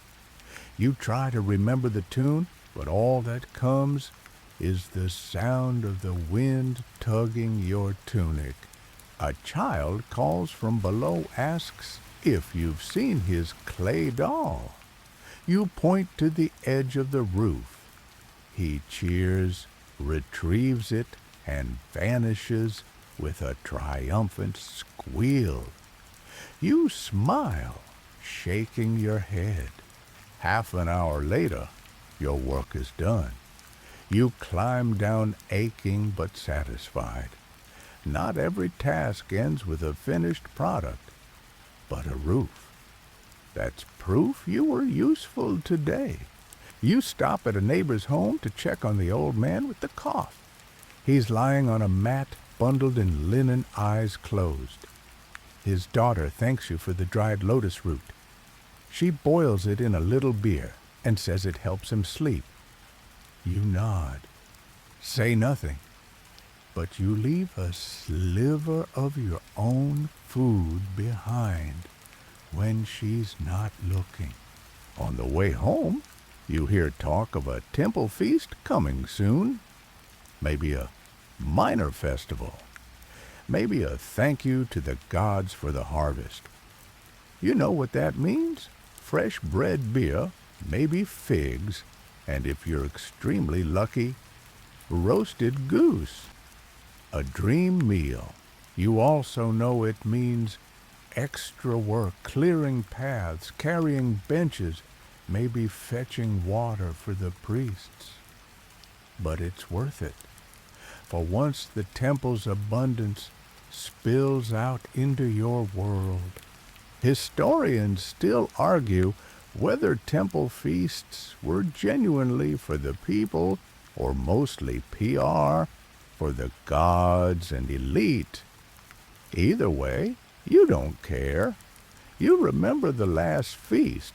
You hadn't eaten that well in months. You walk past the scribe's house, whitewashed with painted symbols at the lintel.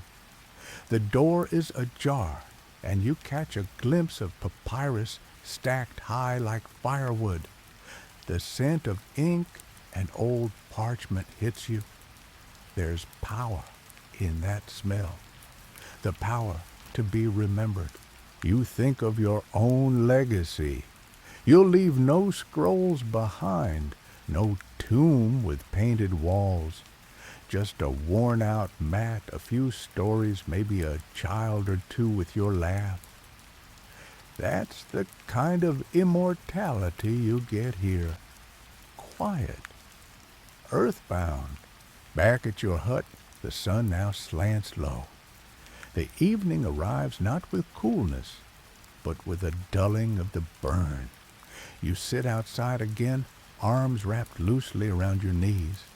You wear your clean tunic with pride, not because it's impressive, but because it means you've survived enough days to need a wash.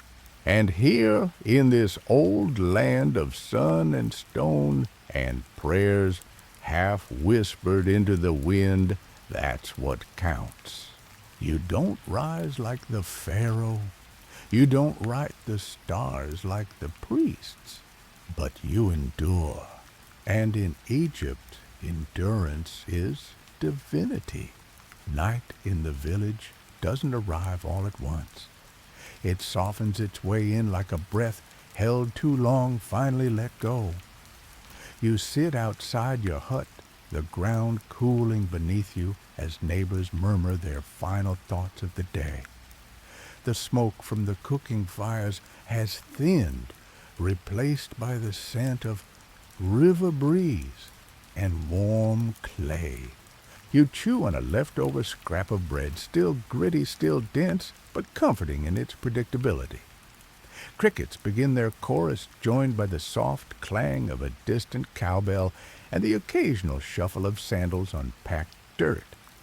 Insects hum, voices fade. The stars come back one by one, like old friends returning after a long day's work. Inside your hut, you tidy the modest altar.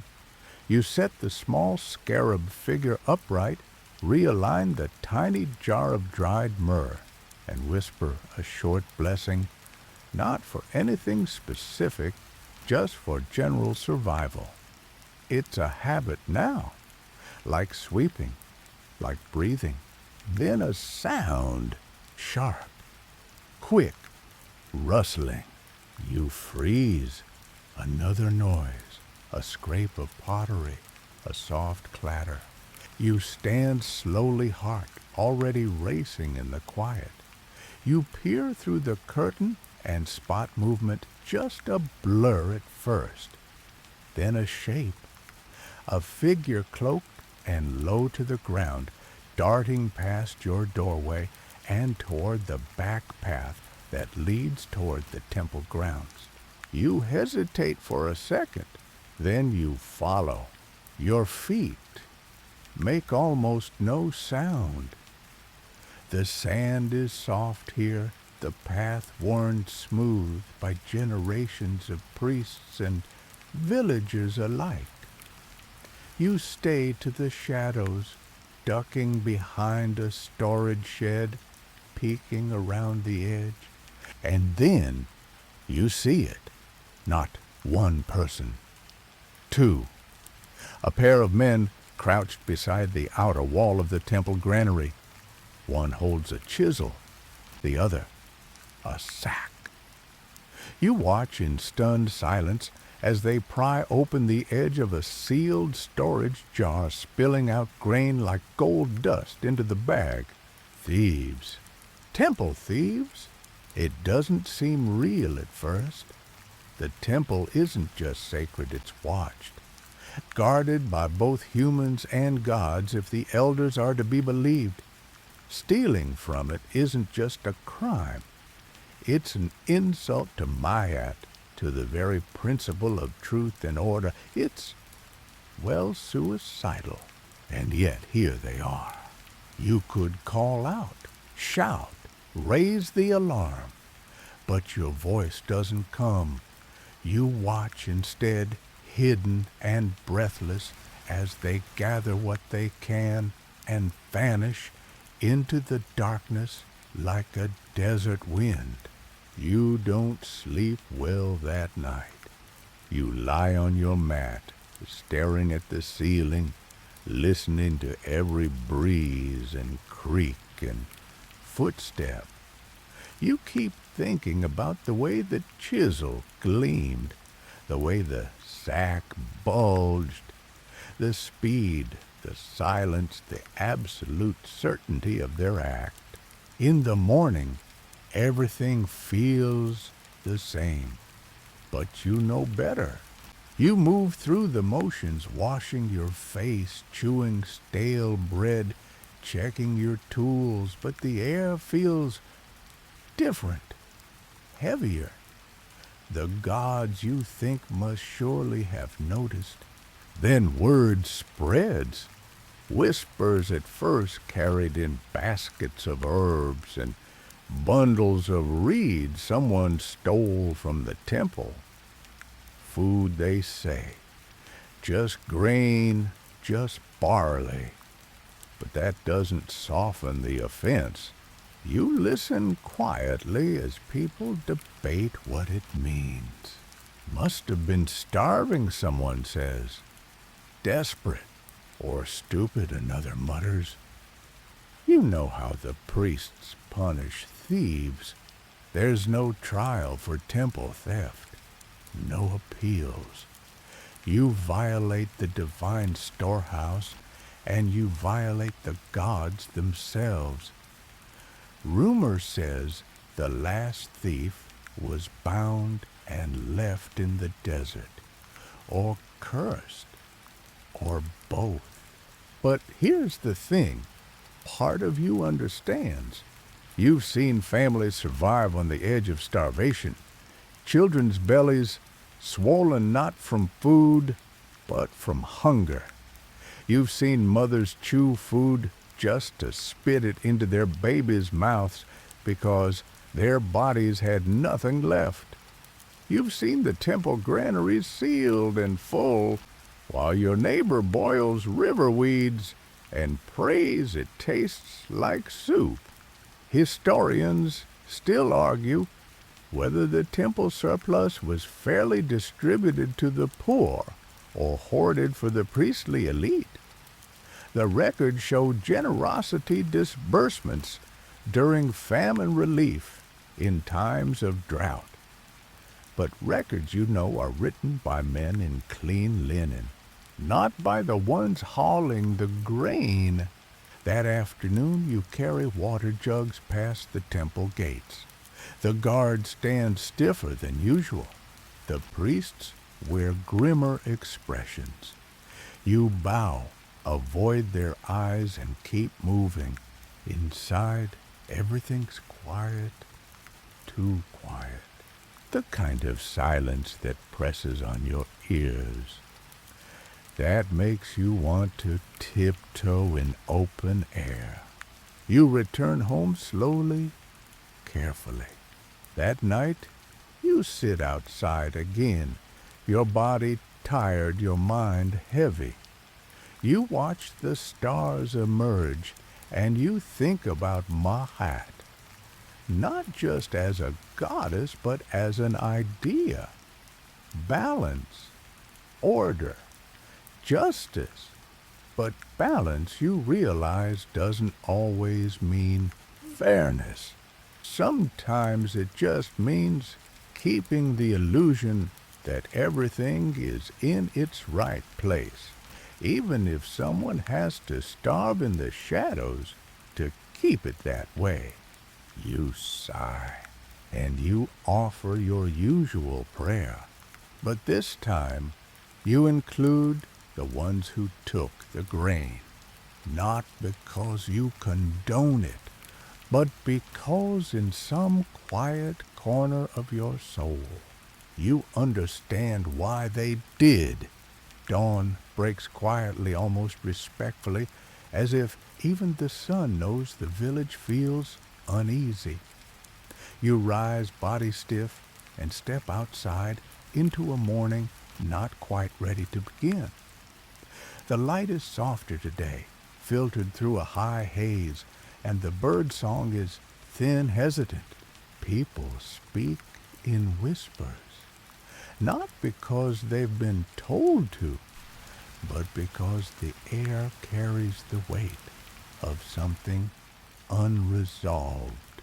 The temple theft has become the only topic. No names, no faces, just the facts that matter. Someone stole.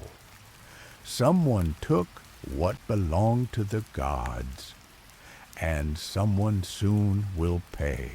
You head to the fields today not to hoe or plant, but to help construct a protective ridge for the upcoming flood. It's grueling, clay-soaked labor, the kind that gets under your nails and into your teeth. The Nile, though generous, isn't gentle. It swells fast and rises without apology. Every year, it eats land, drowns insects, topples, baskets, reclaims what it once gave.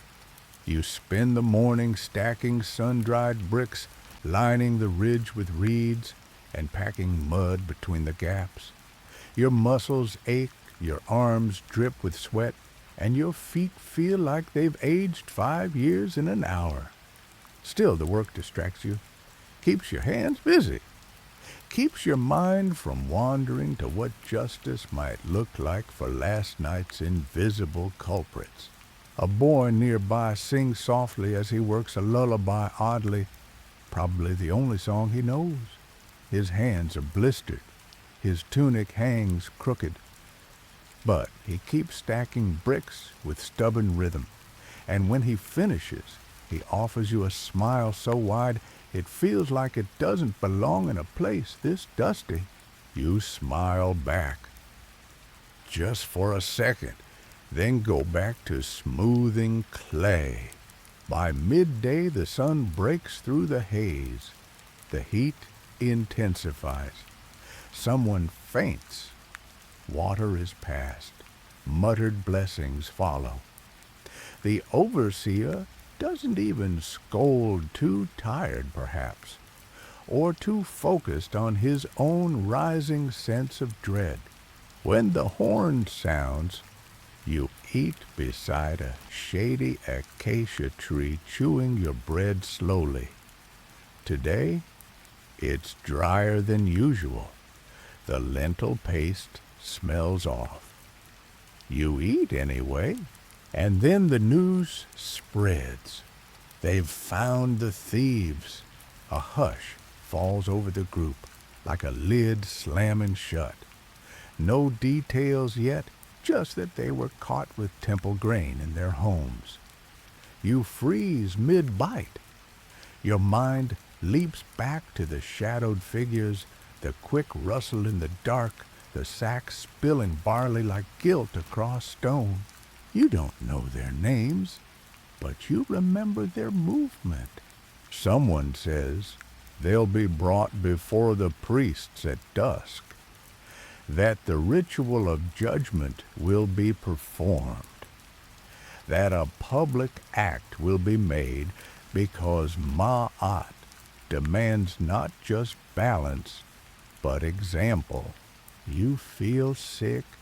Back in the village, the preparations begin.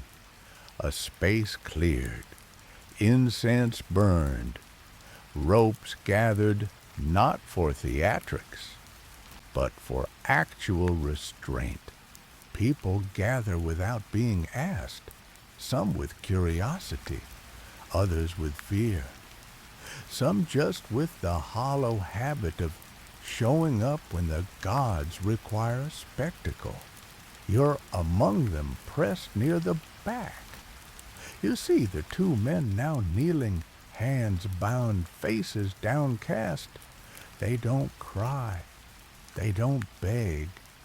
One of them you think might be the man from the pottery stall, or maybe the cousin of the woman who sells dates.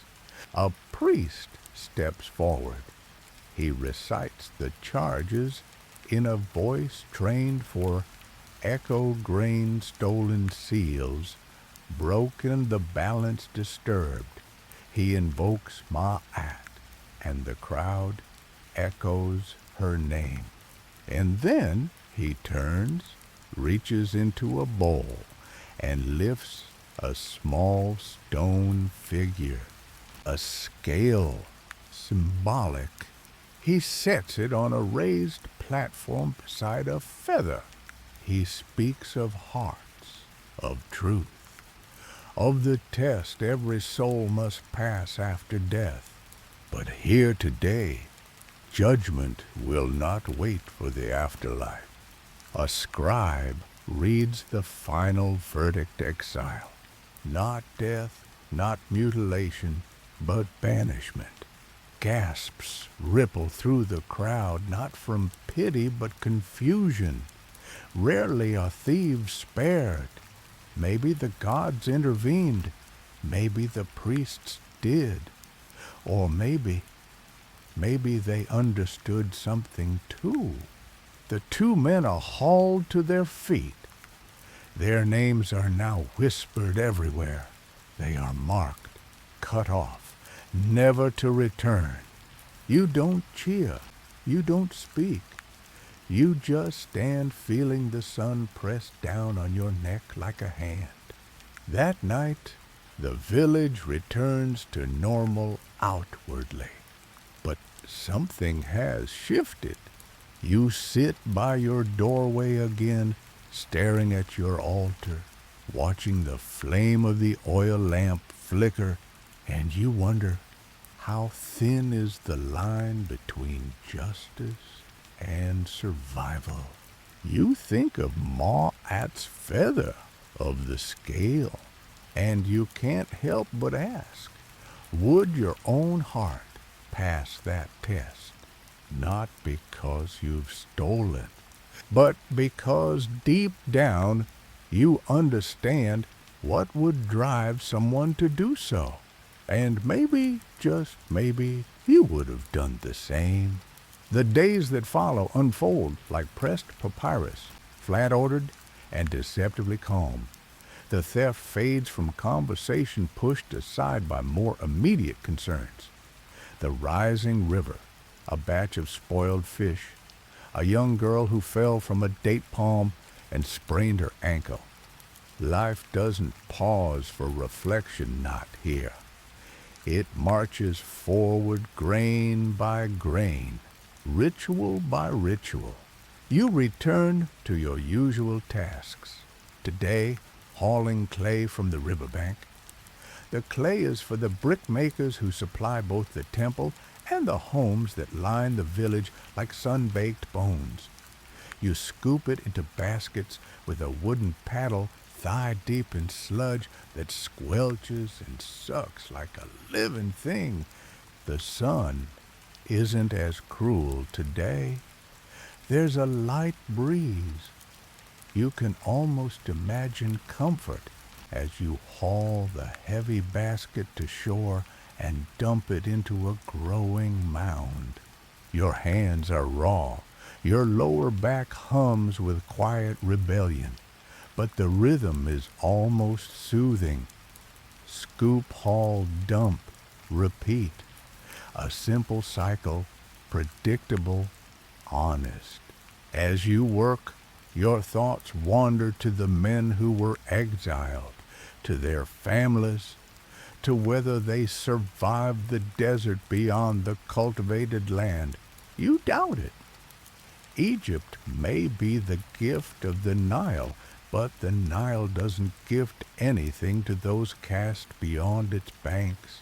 Still, no one talks about it now, as if silence is a balm, as if not speaking will keep that kind of desperation from settling in again. Nearby, an elder tells a story to a group of children. You only catch fragments as you pass, but it's the one about the boy who tricked a crocodile by singing a song so beautiful the beast forgot it was hungry. One child interrupts to ask, "Can crocodiles sing?" And the elder replies, "Only when no one's listening." You smile just a little. By mid-morning, your shift ends, and you're given a rare bit of free time. You wander past the market stalls, half curious, half exhausted. Someone's selling carved ivory beads today, probably a luxury meant for temple offerings or noble weddings. You run your finger across one, smooth, cold, untouchable. You don't buy it. Instead, you'd trade a bundle of clay-slicked reeds for a small roll of papyrus. You don't write. Not well. But sometimes you sketch marks, lines, shapes that mean little to others, but help you hold on to moments. That night, you sit by the flickering oil lamp, the papyrus unrolled in front of you. You draw slowly with a blunt charcoal nub first the shape of the river, curving like a snake at rest, then two small dots on its bank. A pair of figures, nothing detailed, just shadows. One carrying something, the other looking back. You pause, then you add a third dot, far off. A witness. You? You don't know why you draw it. Maybe because if you don't, the image will fade. Maybe because you want to remember that even the lowest among you still leave traces. You roll the papyrus and tuck it into the crack behind your altar, not hidden, but not displayed either, just placed like memory. Outside, a priest's voice echoes faintly from the temple, an evening chant. The words are familiar. Praise to Ra, praise to Ma'at, praise to those who keep order from slipping into chaos. You sit on the threshold of your hut and listen until the last note fades. The stars emerge again, slow and steady, unhurried by the day's burdens. The moon rises, casting silver across the rooftops, and you feel it again, that strange balance, the kind that Egypt always manages to find. Not peace exactly, not ease, just survival wrapped in ritual, pain softened by repetition. Historians still argue whether the lower classes in Egypt truly felt connected to the divine or simply followed custom out of fear, whether their daily devotions were sincere or just social glue. You think it doesn't matter because when your world depends on invisible scales, you honor them even if they're not fair, even if they tip the wrong way. You lie down wrapped in your linen, your body sore, your soul quiet. You breathe in the scent of clay and oil and Nile air, and you sleep still uncertain of the gods, but sure of yourself. And in Egypt, that's enough. Morning slides in like a knife through soft linen, quiet but sharp. You wake to the sound of water being poured from a jug, the soft murmur of two women chatting just beyond your doorway. It's a comfort, that low sound of life. Better than waking to shouting or silence or the buzz of flies alone. You rise slowly, stretch, and run your fingers through your hair, which is gritty again. It always is. No matter how many times you rinse it, the sand finds its way back into your scalp, your clothes, your teeth. Egypt's finest export might just be discomfort after a sip of water and a small dry bite of bread. You're sent to the edge of the village. A burial is being prepared. Not a grand one, not a tomb lined with gold. Just a simple grave dug behind a thicket of acacia trees for a man who worked the same brick lines you did last season. He fell sick 3 days ago. Fever, coughing, confusion, and then nothing. You don't know his name well. Just that he limped on his right leg and sang to himself when he worked. But in Egypt, even the humblest lives end with ritual. You carry a woven mat rolled tight and ready to wrap the body. Others carry jars of natron's small amulets, a few perfumed oils that were scraped together by family and neighbors. The priests are already there, 2 young men in white linen with shaved heads and tired eyes. One of them holds a scroll, the other a censer that trails a faint line of smoke through the morning air.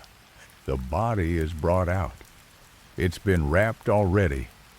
No elaborate embalming, just a practical preparation dried rubbed with oils layered in cloth.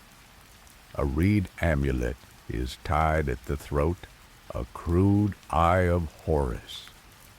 Not much, but something. A woman begins the lament, low and rhythmic, more breath than voice. A chant, not words. Others join in. The burial itself is fast. The grave is shallow, but the earth is soft. The mat is lowered gently. The scroll is read. The oil is poured. The name is spoken 3 times, and that, according to Egyptian belief, is what ensures the soul will live on.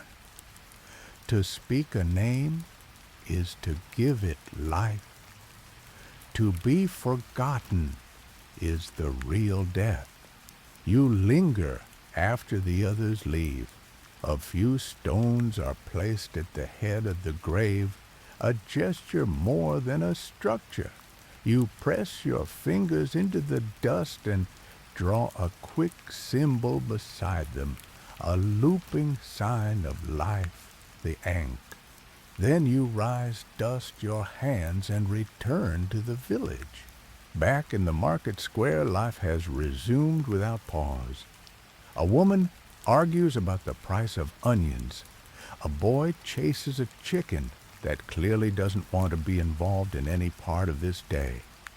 The potter's kiln smokes steadily, firing new jars. There's no mourning period for most people. Not for the workers, the nameless, the sunburnt souls who build pyramids and scrub stones. You pass the scribe's house again. He's outside, this time fanning flies away from a newly inked scroll. He looks up, squints at you like he might say something, then goes back to his work. You wonder if the dead man's name will ever be written on papyrus. Probably not. You return home to find a gift waiting left in a palm basket outside your door. Inside a small bunch of dried dates and a folded scrap of linen, clean and scented, faintly with herbs. No note, no name, just quiet kindness. You smile. It's enough. You eat the dates slowly, carefully. They're sweet and sticky and make your teeth ache, but they taste like mercy. Later that afternoon, you help an old woman fix her roof. She thanks you with half a jar of beer, lukewarm and frothy. You drink it under the shade of her tree, wiping your mouth with your sleeve. As the sun begins its descent, casting everything in molten light, you make your way to the river, not to work, not to wash, just to sit. You perch on a flat stone, sandals off feet in the water. The Nile flows steady and endless. A heron wades in the reeds nearby, perfectly still like a carved statue. The breeze picks up gentle but firm, brushing against your skin like a long-forgotten lullaby. You think of the man buried this morning, of his name spoken 3 times, of the weight of memory. Historians still argue whether ordinary Egyptians truly believed in eternal life or whether the rituals were more about providing comfort to the living. You don't know, but you do know this, the name was said. The grave was dug, the offerings made. And if belief makes something real even for a moment, maybe that's all the eternity anyone needs. You sit by the river until the stars come out, one by one, each reflected softly on the dark surface of the water. And you whisper the man's name just once more, just in case. The next morning arrives not with bird song or brightness, but with the distant sound of drums, not the joyful kind that herald festivals or births. These are slow, measured, hollow, the kind that echo off temple walls and creep beneath your skin. You sit up, eyes still adjusting, and listen.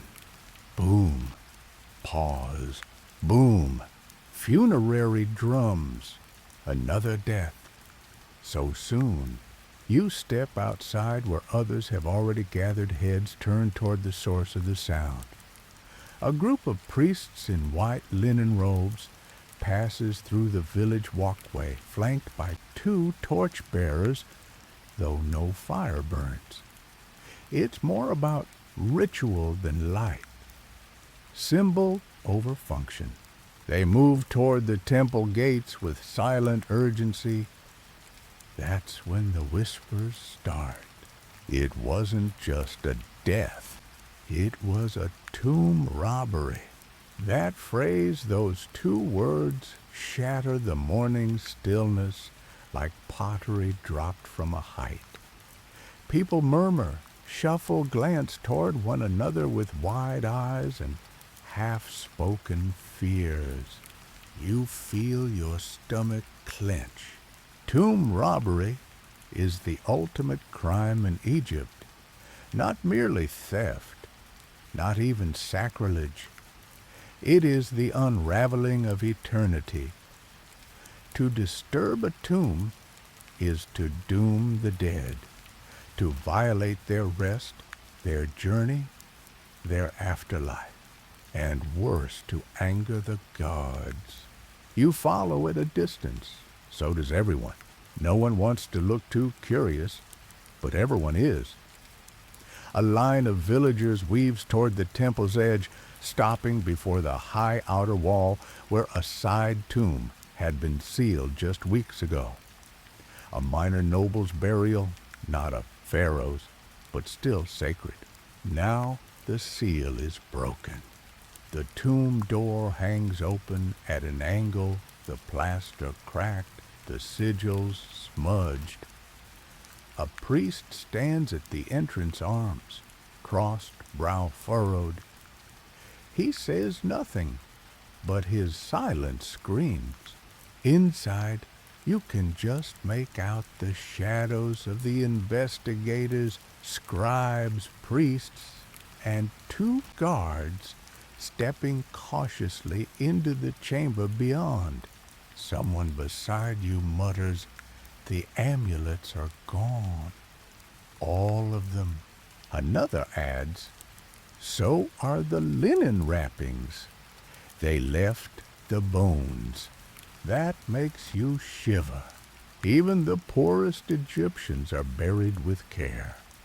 Stripped of wrappings left in the open, that's not just theft. That's erasure. You can't look away. Later word spreads that the stolen goods were found in a trader's hut 2 villages over. An investigation is underway. Punishments will be harsh. They have to be. If the dead are not safe, nothing is. That night, you don't eat much. Your bread goes untouched. The lentil mash grows cold.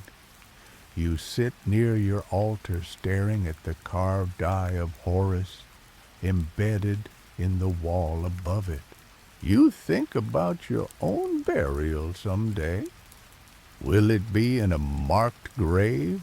Will anyone remember your name long enough to speak it 3 times?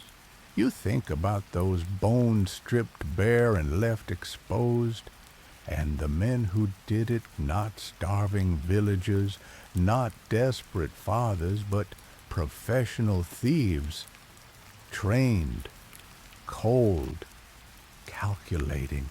And what were they after? Shabtis, figurines meant to serve the dead in the afterlife, bits of gold, a small alabaster jar, maybe a tiny scarab made of green faience, still warm from the craftsman's kiln when it was buried.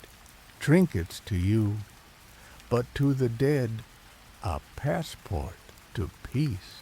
You remember suddenly a story an old man once told you of the god Anubis guiding the dead through the Duat, the underworld, and standing guard as they approached the scale, of him punishing those who disturbed graves by haunting them, shadowing their dreams, whispering their sins until madness took hold.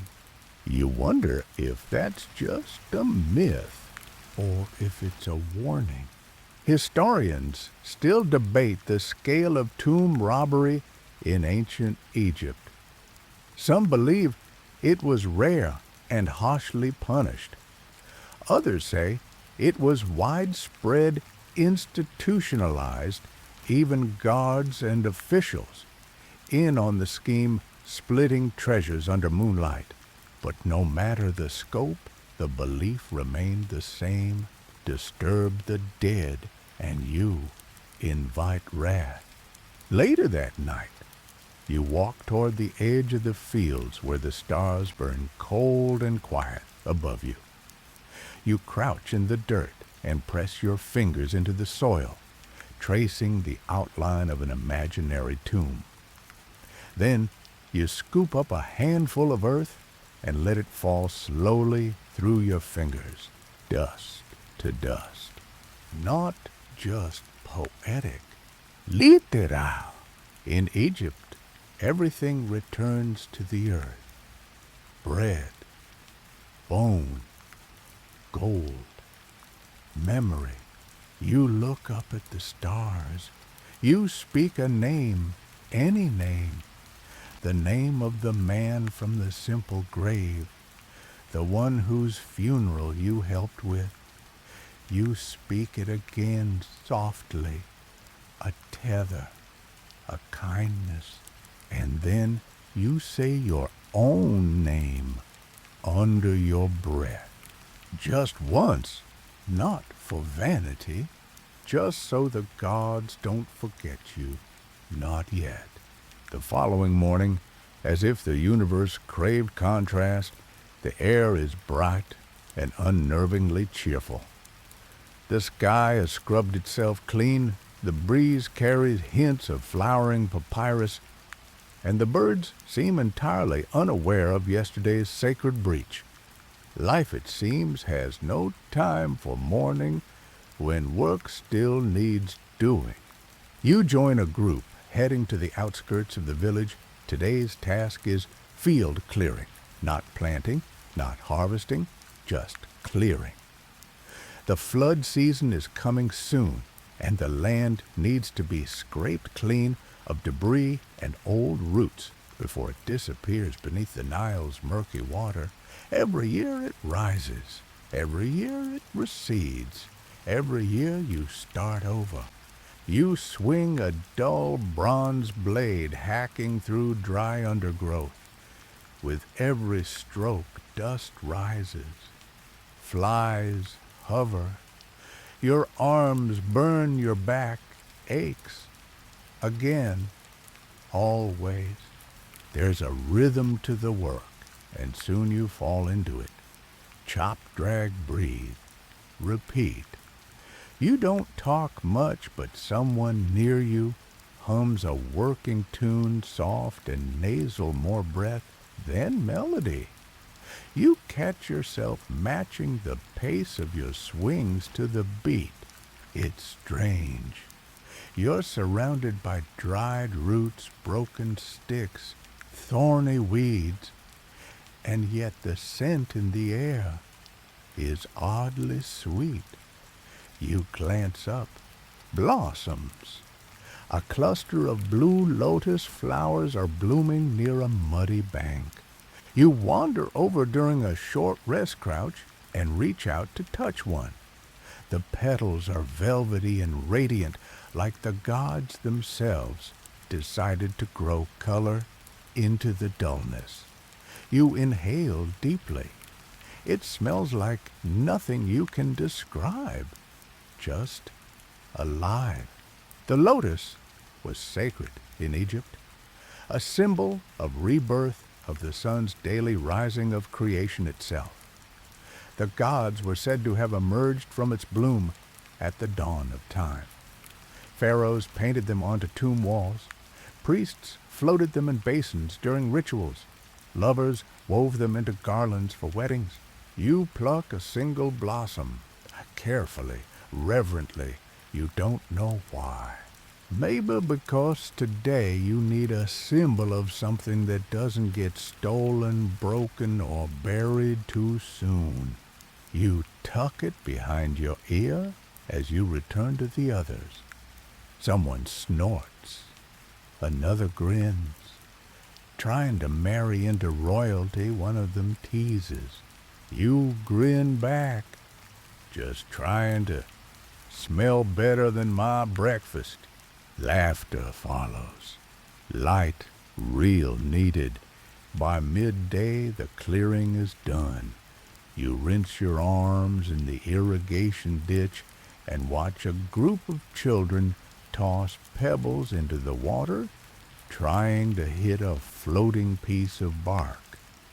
Their aim is terrible. Their joy is perfect. You linger for a moment sitting on a flat stone, the lotus still tucked behind your ear. You think about how fleeting beauty is here. Flowers bloom and fade in a single breath. Bread turns hard by noon. Love comes quietly and leaves without warning. And yet it all keeps happening. After your break, you're asked to help a neighbor patch the wall of her home. A crack has opened near the roof, and the wind whistles through it at night like a snake's breath. You mix mud and straw, climb the ladder, and work the paste into the fissure with your bare hands. It's slow work. Meditative. She brings you a bowl of lentils afterward. Warm. spiced with something you can't identify. You eat slowly on her stoop, listening to the village come alive again after rest. A priest passes by humming a hymn, not for ceremony, just for himself. Two children argue over who gets to play the pharaoh in their game. Neither wants to be the servant, and a potter laughs too loudly at his own joke. You didn't hear the joke, but the laugh is contagious. That evening, you bring the lotus home. It's already wilting. You press it between two shards of old pottery and set it near your altar. Not to keep it, but to remember it. Because not everything sacred lasts forever. Sometimes it just needs to be noticed. You light your oil lamp, watch the flame dance. Outside, the stars begin to flicker into view one by one. You think about the scale again, Ma'at's feather, the weighing of the heart. You wonder how much the heart's small joys weigh. If a laugh or a flower or a shared meal counts as truth. Historians still argue whether the Egyptians saw joy as a divine offering or a worldly distraction. Some point to their festivals, their music, their art. Others see only temples, taxes, and toil. You think it's both. You lie down the day's grit still clinging to your feet, your belly not quite full, but not empty either. The lotus petal rests nearby, already losing its color, but not its meaning, and that is something. By dawn, the wind has shifted. You can feel it before you open your eyes. A subtle change in the air, cooler, heavier, threaded with moisture. Somewhere far upriver, the flood has begun. You rise quietly, as does half the village. No one needs to be told. The Nile announces itself long before it arrives. Birds behave differently. Insects hum lower. The river carries a scent that's hard to name, something like wet stone old roots and awakening silt. You step outside and gaze east, past the low rooftops, past the swaying reeds. The water hasn't reached your feet yet, but you can feel it coming. It's a strange anticipation, like waiting for a guest you didn't exactly invite, but need. Flood season is feared and revered. Too much water and homes vanish. Too little and hunger follows. Every year, Egypt places its fate in the Nile's hands, and every year it waits. You join the others at the riverbank. Some carry offerings, flowers, beer bread wrapped in palm fronds. Others bring nothing, just their presence. A priest chants softly, facing the current, his hands raised in welcome or warning. You're not sure which, and then there it is, a faint ripple at first, then a visible rise. The current quickens. Mud froths at the edges. The reeds shudder. And finally, a low, steady rush, the unmistakable sound of the Nile growing teeth. People murmur blessings. A child squeals. A clay bowl slips from someone's hand and floats away spinning. You dip your hand in the water. It's warmer than you expect, but alive, moving, filled with the promise of rebirth and the threat of chaos. This is not drinking water. This is not for bathing or fishing. This is divine. You return home, your hands damp, your mind buzzing with ritual and reality. You patch the low part of your wall just in case the water creeps up further than usual. Everyone does. Buckets are moved. Food is raised. Chickens are lashed loosely to posts so they don't drift off in the night like feathery regrets. By afternoon, the village settles into a different rhythm. The flood slows time. You can't plow or plant. You can't travel far. You can only wait and watch. You help your neighbor build a temporary walkway of clay bricks between huts. It's slippery and crude, but it keeps ankles dry. You share a joke about swimming to temple service. She laughs, tossing her wet braid over one shoulder. The sky remains clear, the air thick. Later, you sit with a group of villagers near the communal fire. Someone strums a lute-like instrument made from sinew and gourd.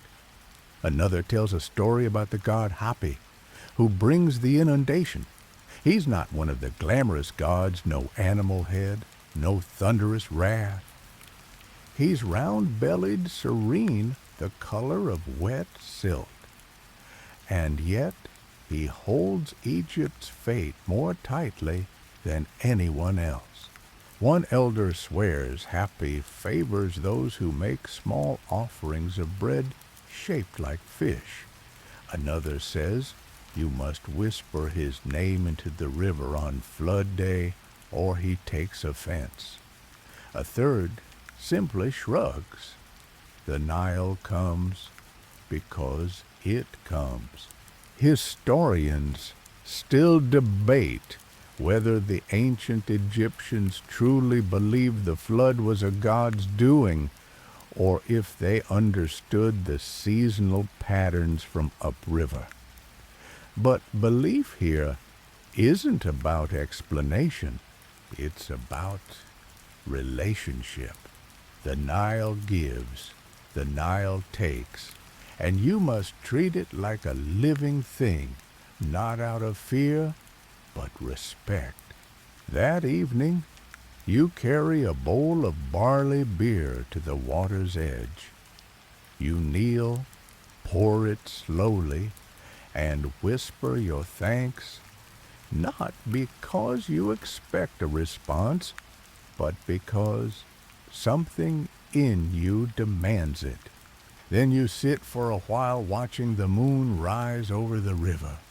Its reflection quivers in the current, breaking into silver threads that drift away toward lands you'll never see.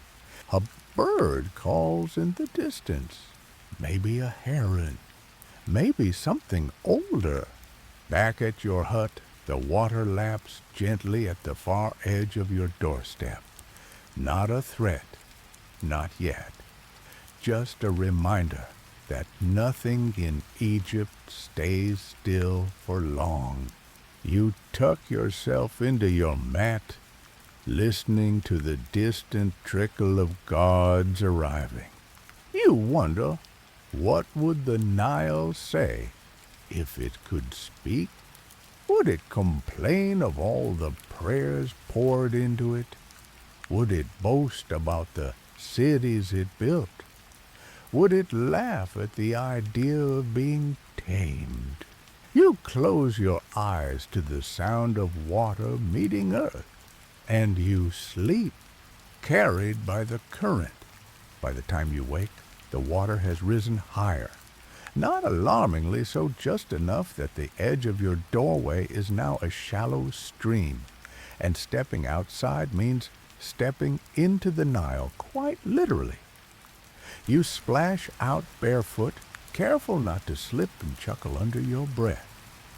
Egypt, at least this week, is part amphibious. you're not alone. All across the village, people wade ankle deep through pathways turned rivulets. Chickens look offended. Children, however, are ecstatic. A pair of them paddle past you in a makeshift raft, a wide woven basket that may or may not have previously been used for storing lentils. Their laughter echoes down the corridor of huts, mingling with the squawk of displaced birds and the hiss of wet sandals. Your morning task today has changed.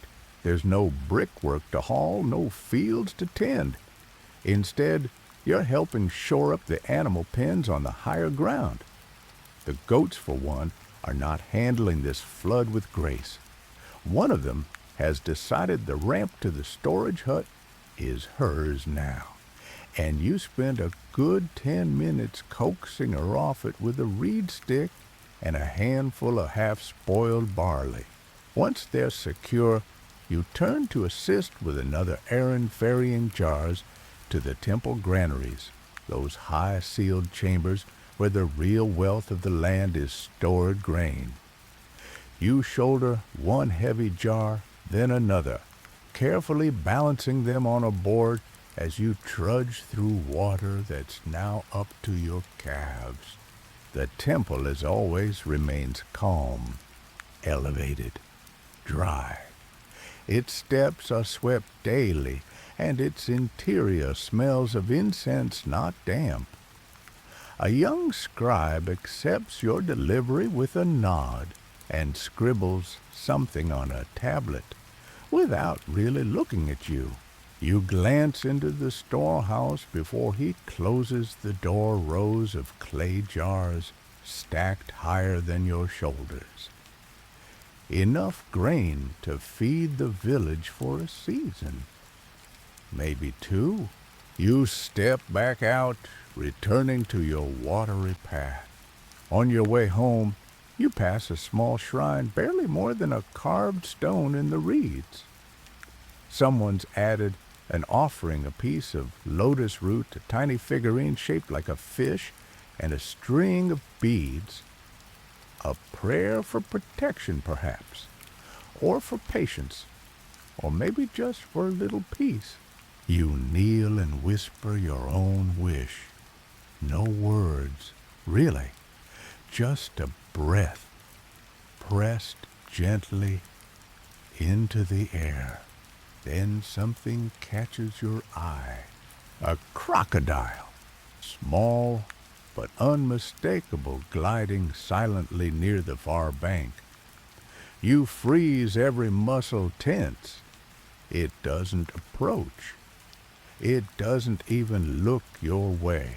It just floats, then slips beneath the surface like a thought you were trying to hold on to. You stay still for a long moment after, watching the water, watching the place where it vanished.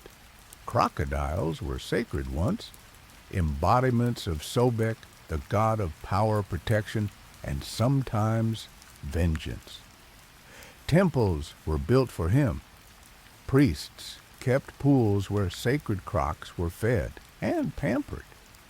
People brought them offerings wrapped in linen like tiny royalty, and yet you've heard the stories. You know what happens when reverence doesn't keep teeth away. Historians still argue whether the Egyptian fear of crocodiles was balanced by their worship of them, or if that worship was simply a form of appeasement, a theological bribe. You think it's both, because here, even danger can be divine. You arrive home with wet feet, tired arms, and a strange silence in your chest. You sit near your door watching the flood creep a little further, sipping lukewarm beer from a shallow cup. You think of Sobek, of balance, of strength. And then As if summoned by thought, someone calls your name. It's your neighbor, the one with the goat ramp problem. She's brought you a parcel wrapped in cloth, warm and fragrant. You open it to find roasted onions, a bit of lentil mash, and a sliver of honeycomb. A feast by your standards. For helping with the pins, she says, shrugging like it's nothing. You thank her. You mean it. That night, you eat slowly, gratefully. You light your lamp and place the remains of your honeycomb by the altar, not as a bribe, not as a bargain, just as thanks. Outside, the water licks at your doorstep like a sleepy animal. The moon glints off the ripples.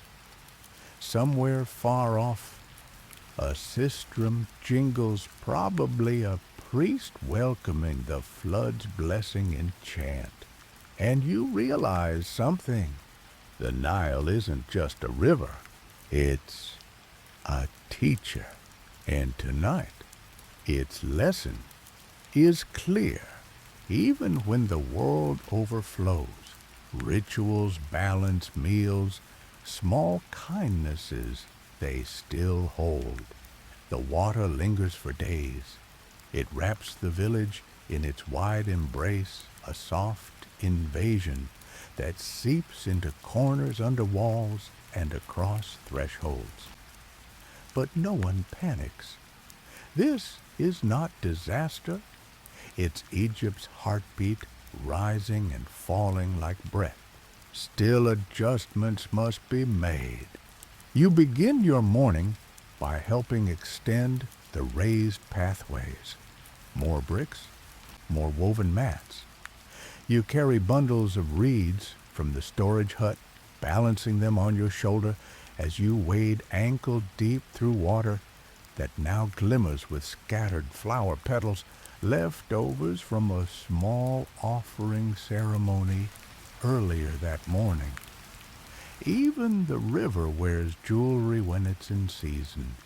Your skin itches where the damp linen rubs your waist, but you push through. Work is constant. Water doesn't pause, and neither can you. The temple has declared today a flood ritual day, an official blessing to honor Hapi, and ask that the water rise no higher. The entire village is expected to participate. You bathe quickly, not that it helps clean the smudges from your feet and put on your least wrinkled tunic. It smells like old straw and warm air, but it's whole. That's enough. The ceremony is held on the temple's step platform, raised safely above the river's creeping edge. People gather, dozens of them, wet-hemmed and weary-eyed but alert.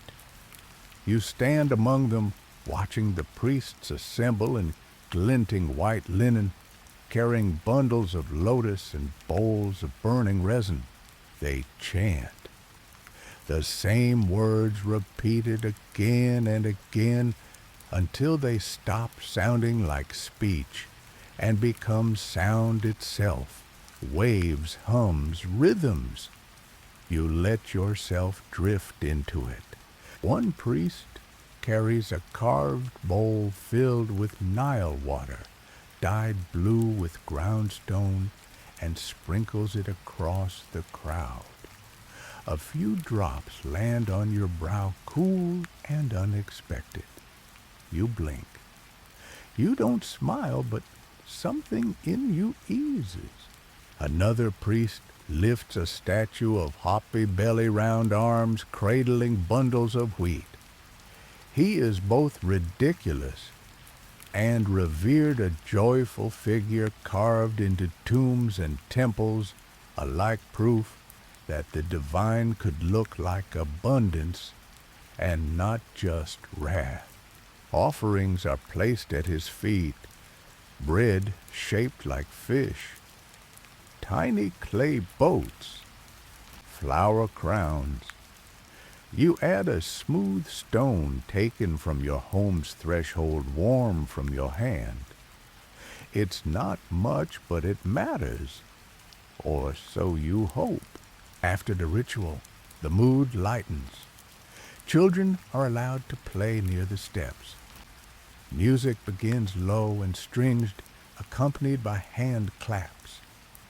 You watch as two girls begin to dance barefoot in the shallows, the water catching their steps and making their skirts swirl like lotus petals. You don't dance, but you sit nearby and you watch, and for once you feel like part of the rhythm instead of just a bystander to it. That afternoon, the water reaches its peak. The overseer marks the level on a post near the fields. It's not catastrophic. It's not gentle either. It's enough, and in Egypt, that's always the best you can ask for. You help a neighbor reinforce the edge of her home with sandbags woven from scraps of old tunics filled with river mud. Her baby sleeps nearby, bundled tight in a reed basket, snoring like a tiny ox. You almost don't want to leave, but there's still work. Always. You return to your hut at dusk. The water is now brushing against your doorstep like a guest too shy to knock. You light your lamp, the flame struggling in the thick air, and eat a small meal of figs and stale bread dipped in oil. Later, you step outside and sit on the flat brick ledge beside your doorway. The stars are out again more than you remember. Reflected in the river, they double like a sky beneath the sky. You think of Hapi, of the weight of his carved belly, the kindness in his wide eyes. A God who doesn't threaten, but nourishes, who rises each year not to punish, but to remind. Historians still argue whether ancient Egyptians viewed the flood as a strictly religious event or simply a practical necessity. But standing here, waist deep in the moment, you know the answer. It's both. Because in Egypt, nothing is just one thing. The river is water, but also God. The labor is pain, but also prayer. The bread is food, but also an offering. And you are tired, yes, but you are here, still floating in the rhythm of this old, sacred, exhausting world. And somehow that feels holy. When the Nile begins to recede, it doesn't announce its departure with ceremony.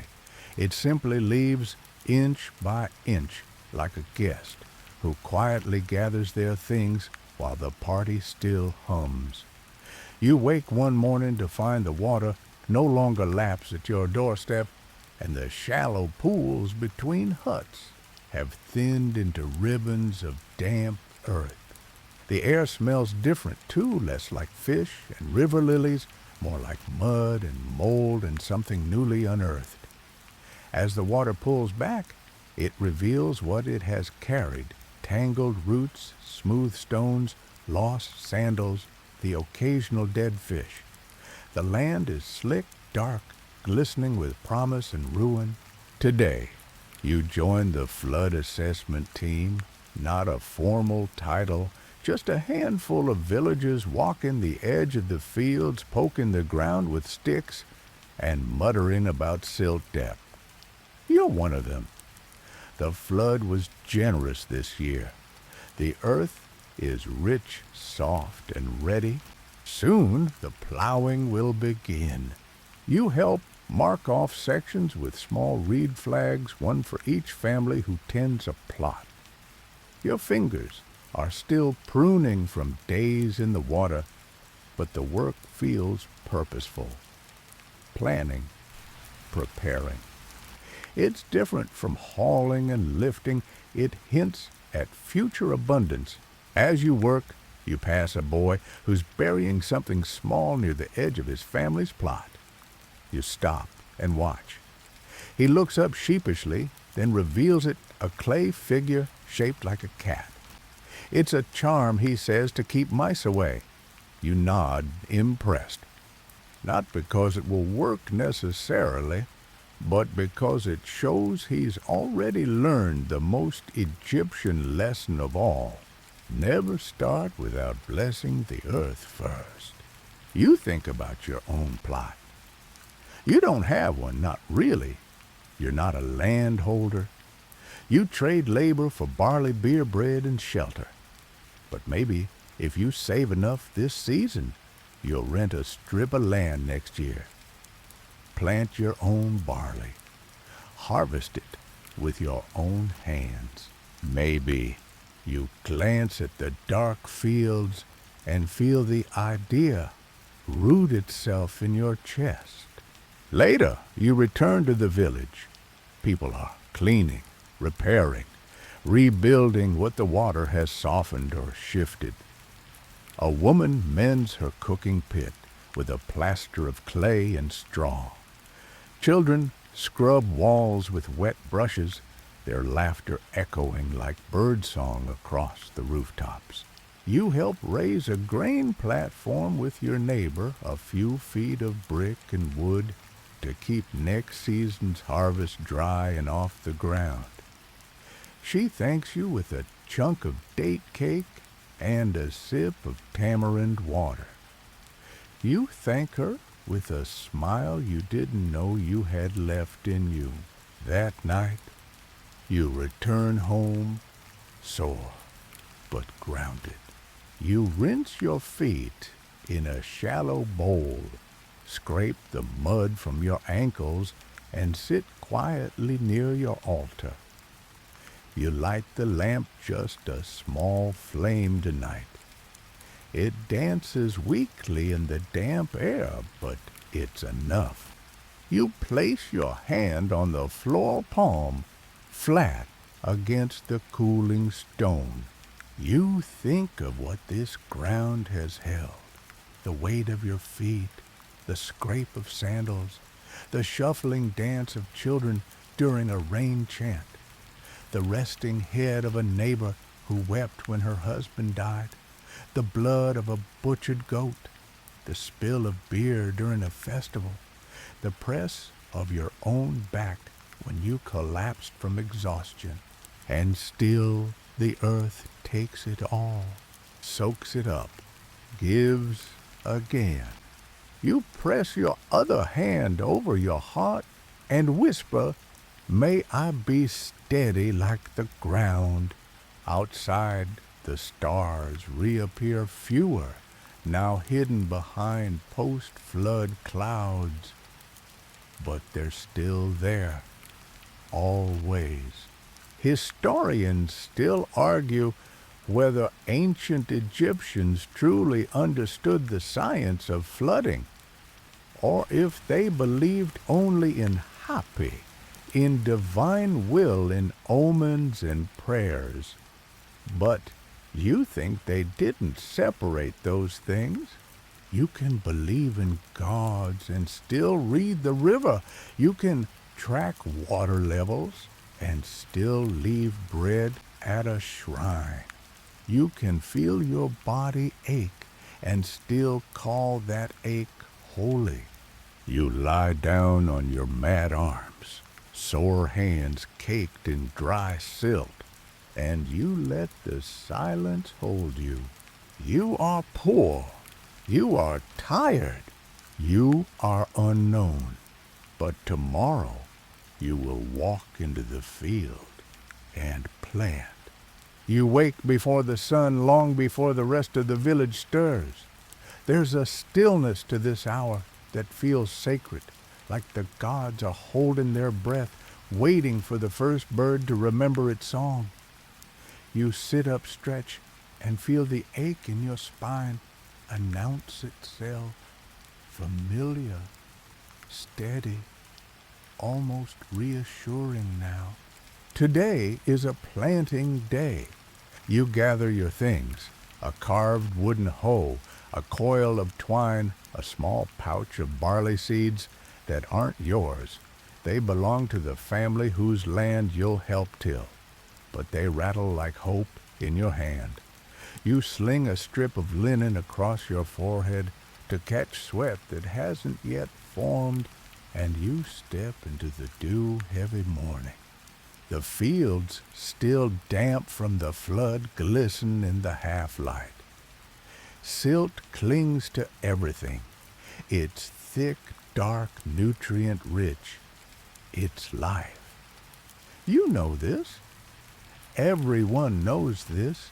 Egypt isn't Egypt without this black earth. You kneel at the edge of a long plot and begin. Dig, drop, press, step. Your fingers move automatically, already hardened from seasons of this motion. The ground yields to you not because it's easy, but because it's ready.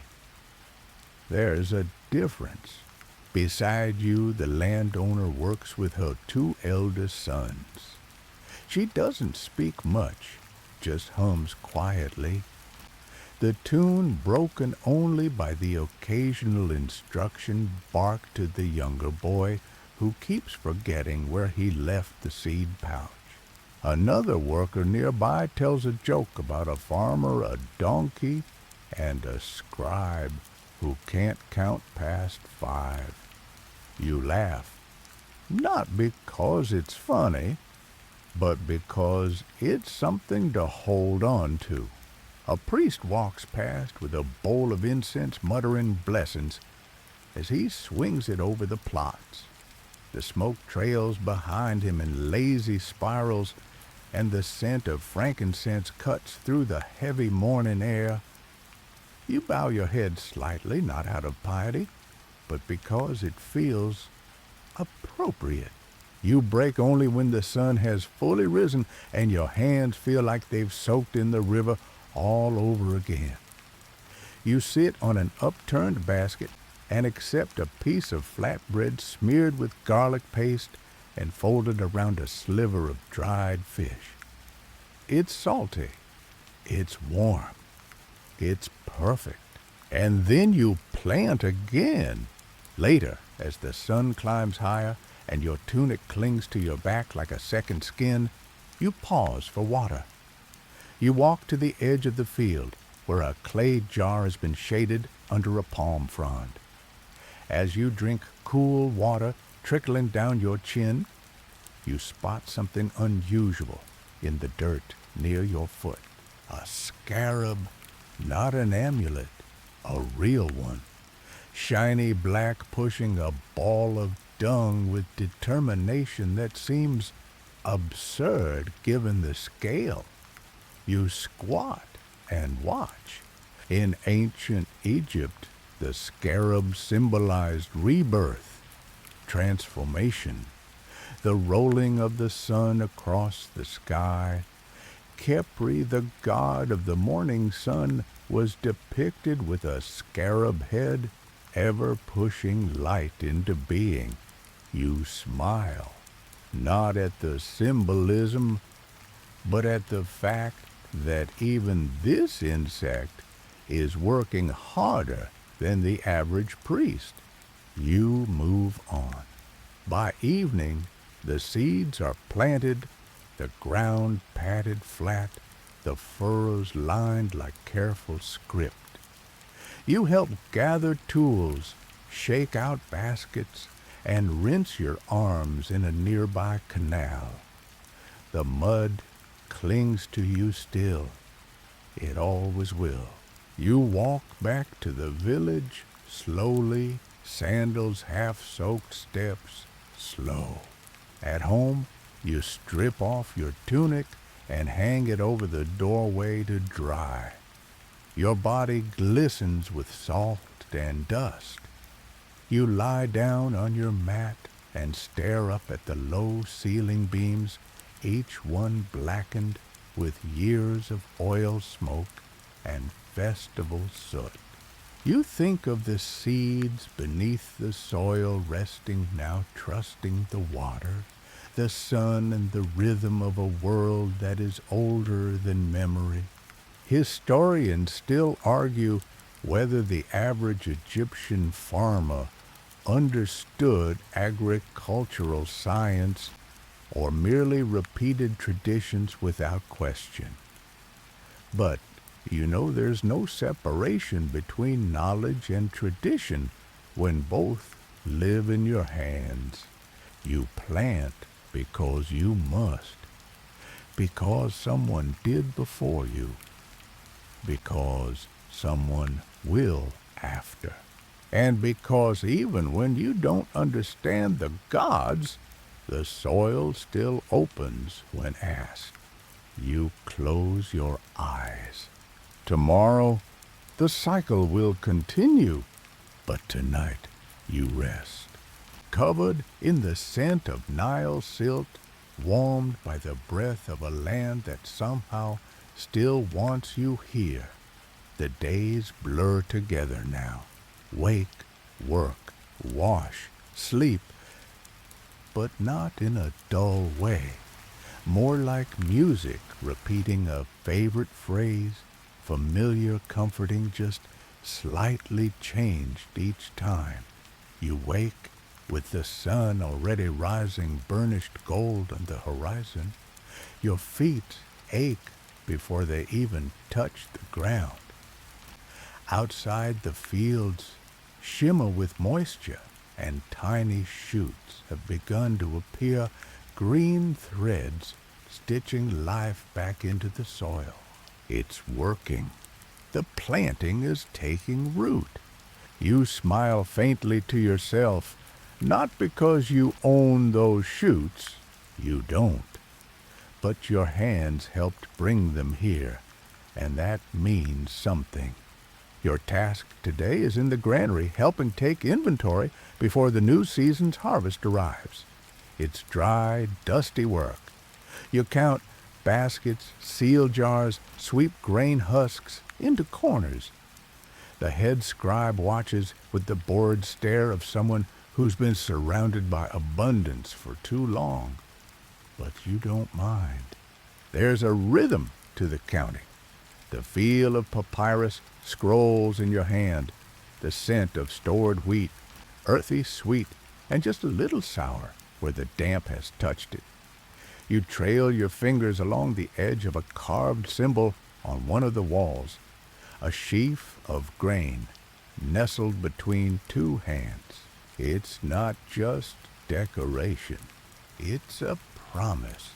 At midday, you step outside, squinting into the sun.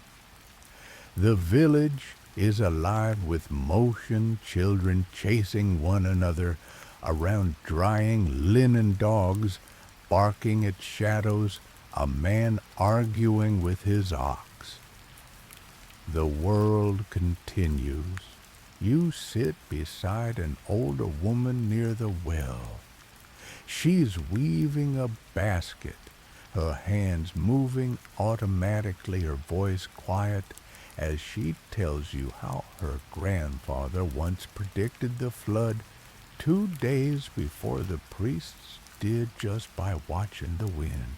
You ask her if she believes the gods control the Nile. She shrugs. They listen, she says, but they don't always answer. You like that. That night, the temple holds a minor celebrations, a blessing over the new seedlings. You're not required to attend, but you go anyway. Curiosity, maybe, or something else. The priests wear wreaths of papyrus and chant praises to Osiris, Lord of the green things, the god who dies and returns. There's bread soaked in wine, incense, lotus petals scattered across the steps. The crowd joins in a call and response. You murmur along. The words are half remembered, worn smooth from years of repetition. But they still carry weight. Afterward, someone offers you a honey cake. You haven't tasted sweetness like that in months. You savor every bite. And then, as you walk back to your hut, something unusual happens. Rain, not much. Just a few soft drops. A miracle in this dry world. You tilt your face upward, stunned. A child laughs nearby, holding out her arms. It's the gods crying because they're happy. She says, maybe, or maybe the land is just exhaling after all the effort. Historians still argue whether ancient Egyptians truly believed every drop of rain, every breeze, every pestilence was divine intervention, or whether that belief was a story they told themselves to make sense of chaos. But standing there, head tilted to the stars with rain cooling the back of your neck and the smell of soaked earth rising around you, you don't need to understand. You just feel it, the balance, the gratitude, the stillness. Back at home, you light your lamp again, but tonight, you don't pray. You just sit. Let the silence fill your chest. Let the tiny green shoots in your memory grow a little taller. You sleep easily, and you dream of wheat fields that never end. You wake to laughter outside your hut. Real laughter, not polite, not forced. Deep belly-shaking stuff. It takes a moment for your sleep-heavy mind to catch up. Then you hear it. Goats. Everywhere. You step outside to a scene of barely controlled chaos. A neighbor's gate has come unfastened, and her herd of 5 goats is now treating the village like a buffet. One is chewing on a prayer banner. Another is trying to climb a low wall. A third has somehow found your clean laundry. You groan, snatch your tunic from its eager mouth, and swat the air with your arm. It's enough to get the goats moving barely. The entire street erupts in mild disorder, a mix of scolding, chasing laughter, and a child who's absolutely convinced this is a divine sign of good fortune. Maybe she's right. Egypt has always made room for symbolism, even if it chews on your clothes. Eventually, order is restored. The goats are wrangled, the laundry rehung, and life resumes. You head toward the fields again. Today is not for planting or harvesting. It's inspection day. You walk row by row, with a few others checking the growth-plucking weeds, shooing away birds bold enough to treat your hard work as their personal buffet. The sprouts are healthy, strong. You crouch beside one, run your fingers gently along the thin green stem. You don't own this plant. You may never eat the bread it becomes, but you feel responsible for it in a quiet, almost paternal way, a shadow falls across you. It's the landowner.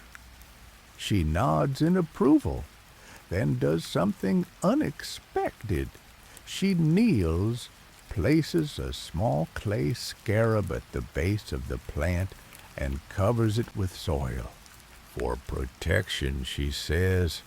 You nod. For the plant, or maybe for you. In Egypt, there's not much difference. That afternoon, a festival is announced. Not a grand one, just a minor holiday, honoring Rene Nutet, the goddess of nourishment, grain, and harvest. You hadn't planned for it, but plans in Egypt are always flexible, bending like reeds. The villagers gather near the well, musicians bring out their instruments, and someone produces jugs of beer that definitely weren't meant to be opened this early in the season. You laugh, you drink, you dance awkwardly because you're not a dancer, but the rhythm catches you anyway. Children wear garlands, elders clap along. A young woman sings a hymn so sweet and clear you forget where you are for a moment. You close your eyes and let it wash over you. Historians still argue how much of Egyptian religious life was truly joyful versus simply dutiful. But as someone who has tasted both toil and laughter, you know the answer is yes. It is duty, and it is joy. As the sun sets, you find yourself near the shrine again. Someone's lit small clay lamps around it, and their flames flicker like golden insects. You kneel, no prayer, no offering, just presence. You think of everything you've seen in the last month, the dust, the flood, the thefts, the kindnesses. You think of names spoken and forgotten, of the weight of grain jars, of tiny green shoots and stolen honey cakes. You think of goats, and you smile. Later, back home, you light your own lamp. The flame is small, but steady. You eat your evening meal, a soft cake made with lentils and wild herbs. It tastes better than usual, though you can't say why. You lie back on your mat arms behind your head and listen. No drums, no arguments, just the wind shifting through reeds and the rustle of someone 2 huts over trying not to spill a water jar. Peace, not eternal, not perfect, but real and here and yours. You close your eyes, and somewhere in your chest you feel something bloom. The seasons are shifting again. You feel it first in the mornings, cooler air, the kind that brushes your skin like a whisper instead of a slap. The sky holds a deeper blue. Even the sun, still relentless by midday, seems a little more forgiving when it rises. You wake slowly, not from urgency, but from habit. Stretch your limbs, sit up, and pause. There's no pressing task today. The fields are doing their work without you. The water jars are full. The goats for once are behaving. So, you take your time. You eat your bread slowly, chewing each bite until the grain softens. You drink water still cool from its earthen jug. And when you stand, it's not to labor, but to walk. You take the long route past the back edge of the village, where the land slopes gently and the papyrus grows wild. The earth here is springy underfoot, and the path is littered with broken reeds and beetle trails. You pass a child collecting shells by the water, singing to herself. You nod as you pass, and she holds up her prize, a perfect spiral shell small enough to fit on a ring. Treasure, she says, and she's right. You continue walking until you reach a rise that overlooks the fields. From here, you can see everything: patchwork plots of green and brown, the winding curve of the river, the distant shimmer of temple stones in the sun. A man is guiding an ox across a field below. A woman scrapes mud from a flooded furrow. A group of children chase each other around a broken cart. Life unfolding. You sit on a warm rock and breathe it all in. It strikes you then how much has changed since the flood. Not just the land. You've seen death and theft and offerings made with cracked hands. You've worked fields you don't own, patched roofs for people who gave you nothing but figs in return, and watched gods dance behind the eyes of crocodiles. And yet, you're still here, still moving, still part of it. You think about Ma'at again, the concept, not the goddess. Order, balance, truth. You think of all the ways Egypt tries to hold it together through rituals, through stories, through stubborn, beautiful repetition. Historians still argue whether Ma'at was philosophy or religion, law or lore. But you understand now. Ma'at is what keeps your hand steady when the jar slips. Ma'at is what guides your foot when the road is muddy. Ma'at is what lets you wake each morning and say again. Back in the village, people are gathered near the market square.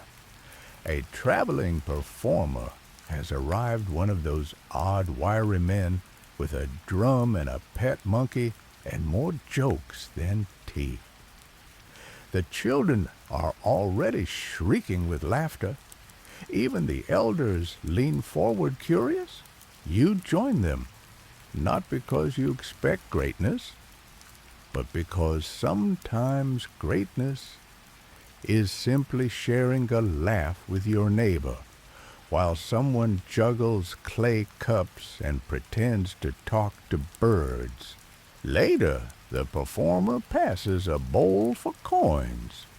You drop in a piece of broken shell polished smooth by the river. He accepts it like treasure. Maybe it is. That night, back at your hut, you light your lamp one last time. The flame flickers, then steadies. You sit beside it and unroll a scrap of old papyrus. On it, you've marked a crude calendar, just notches, symbols, reminders. You add one more mark, a soft circle, not to count the days, to honor them. You lie down on your mat.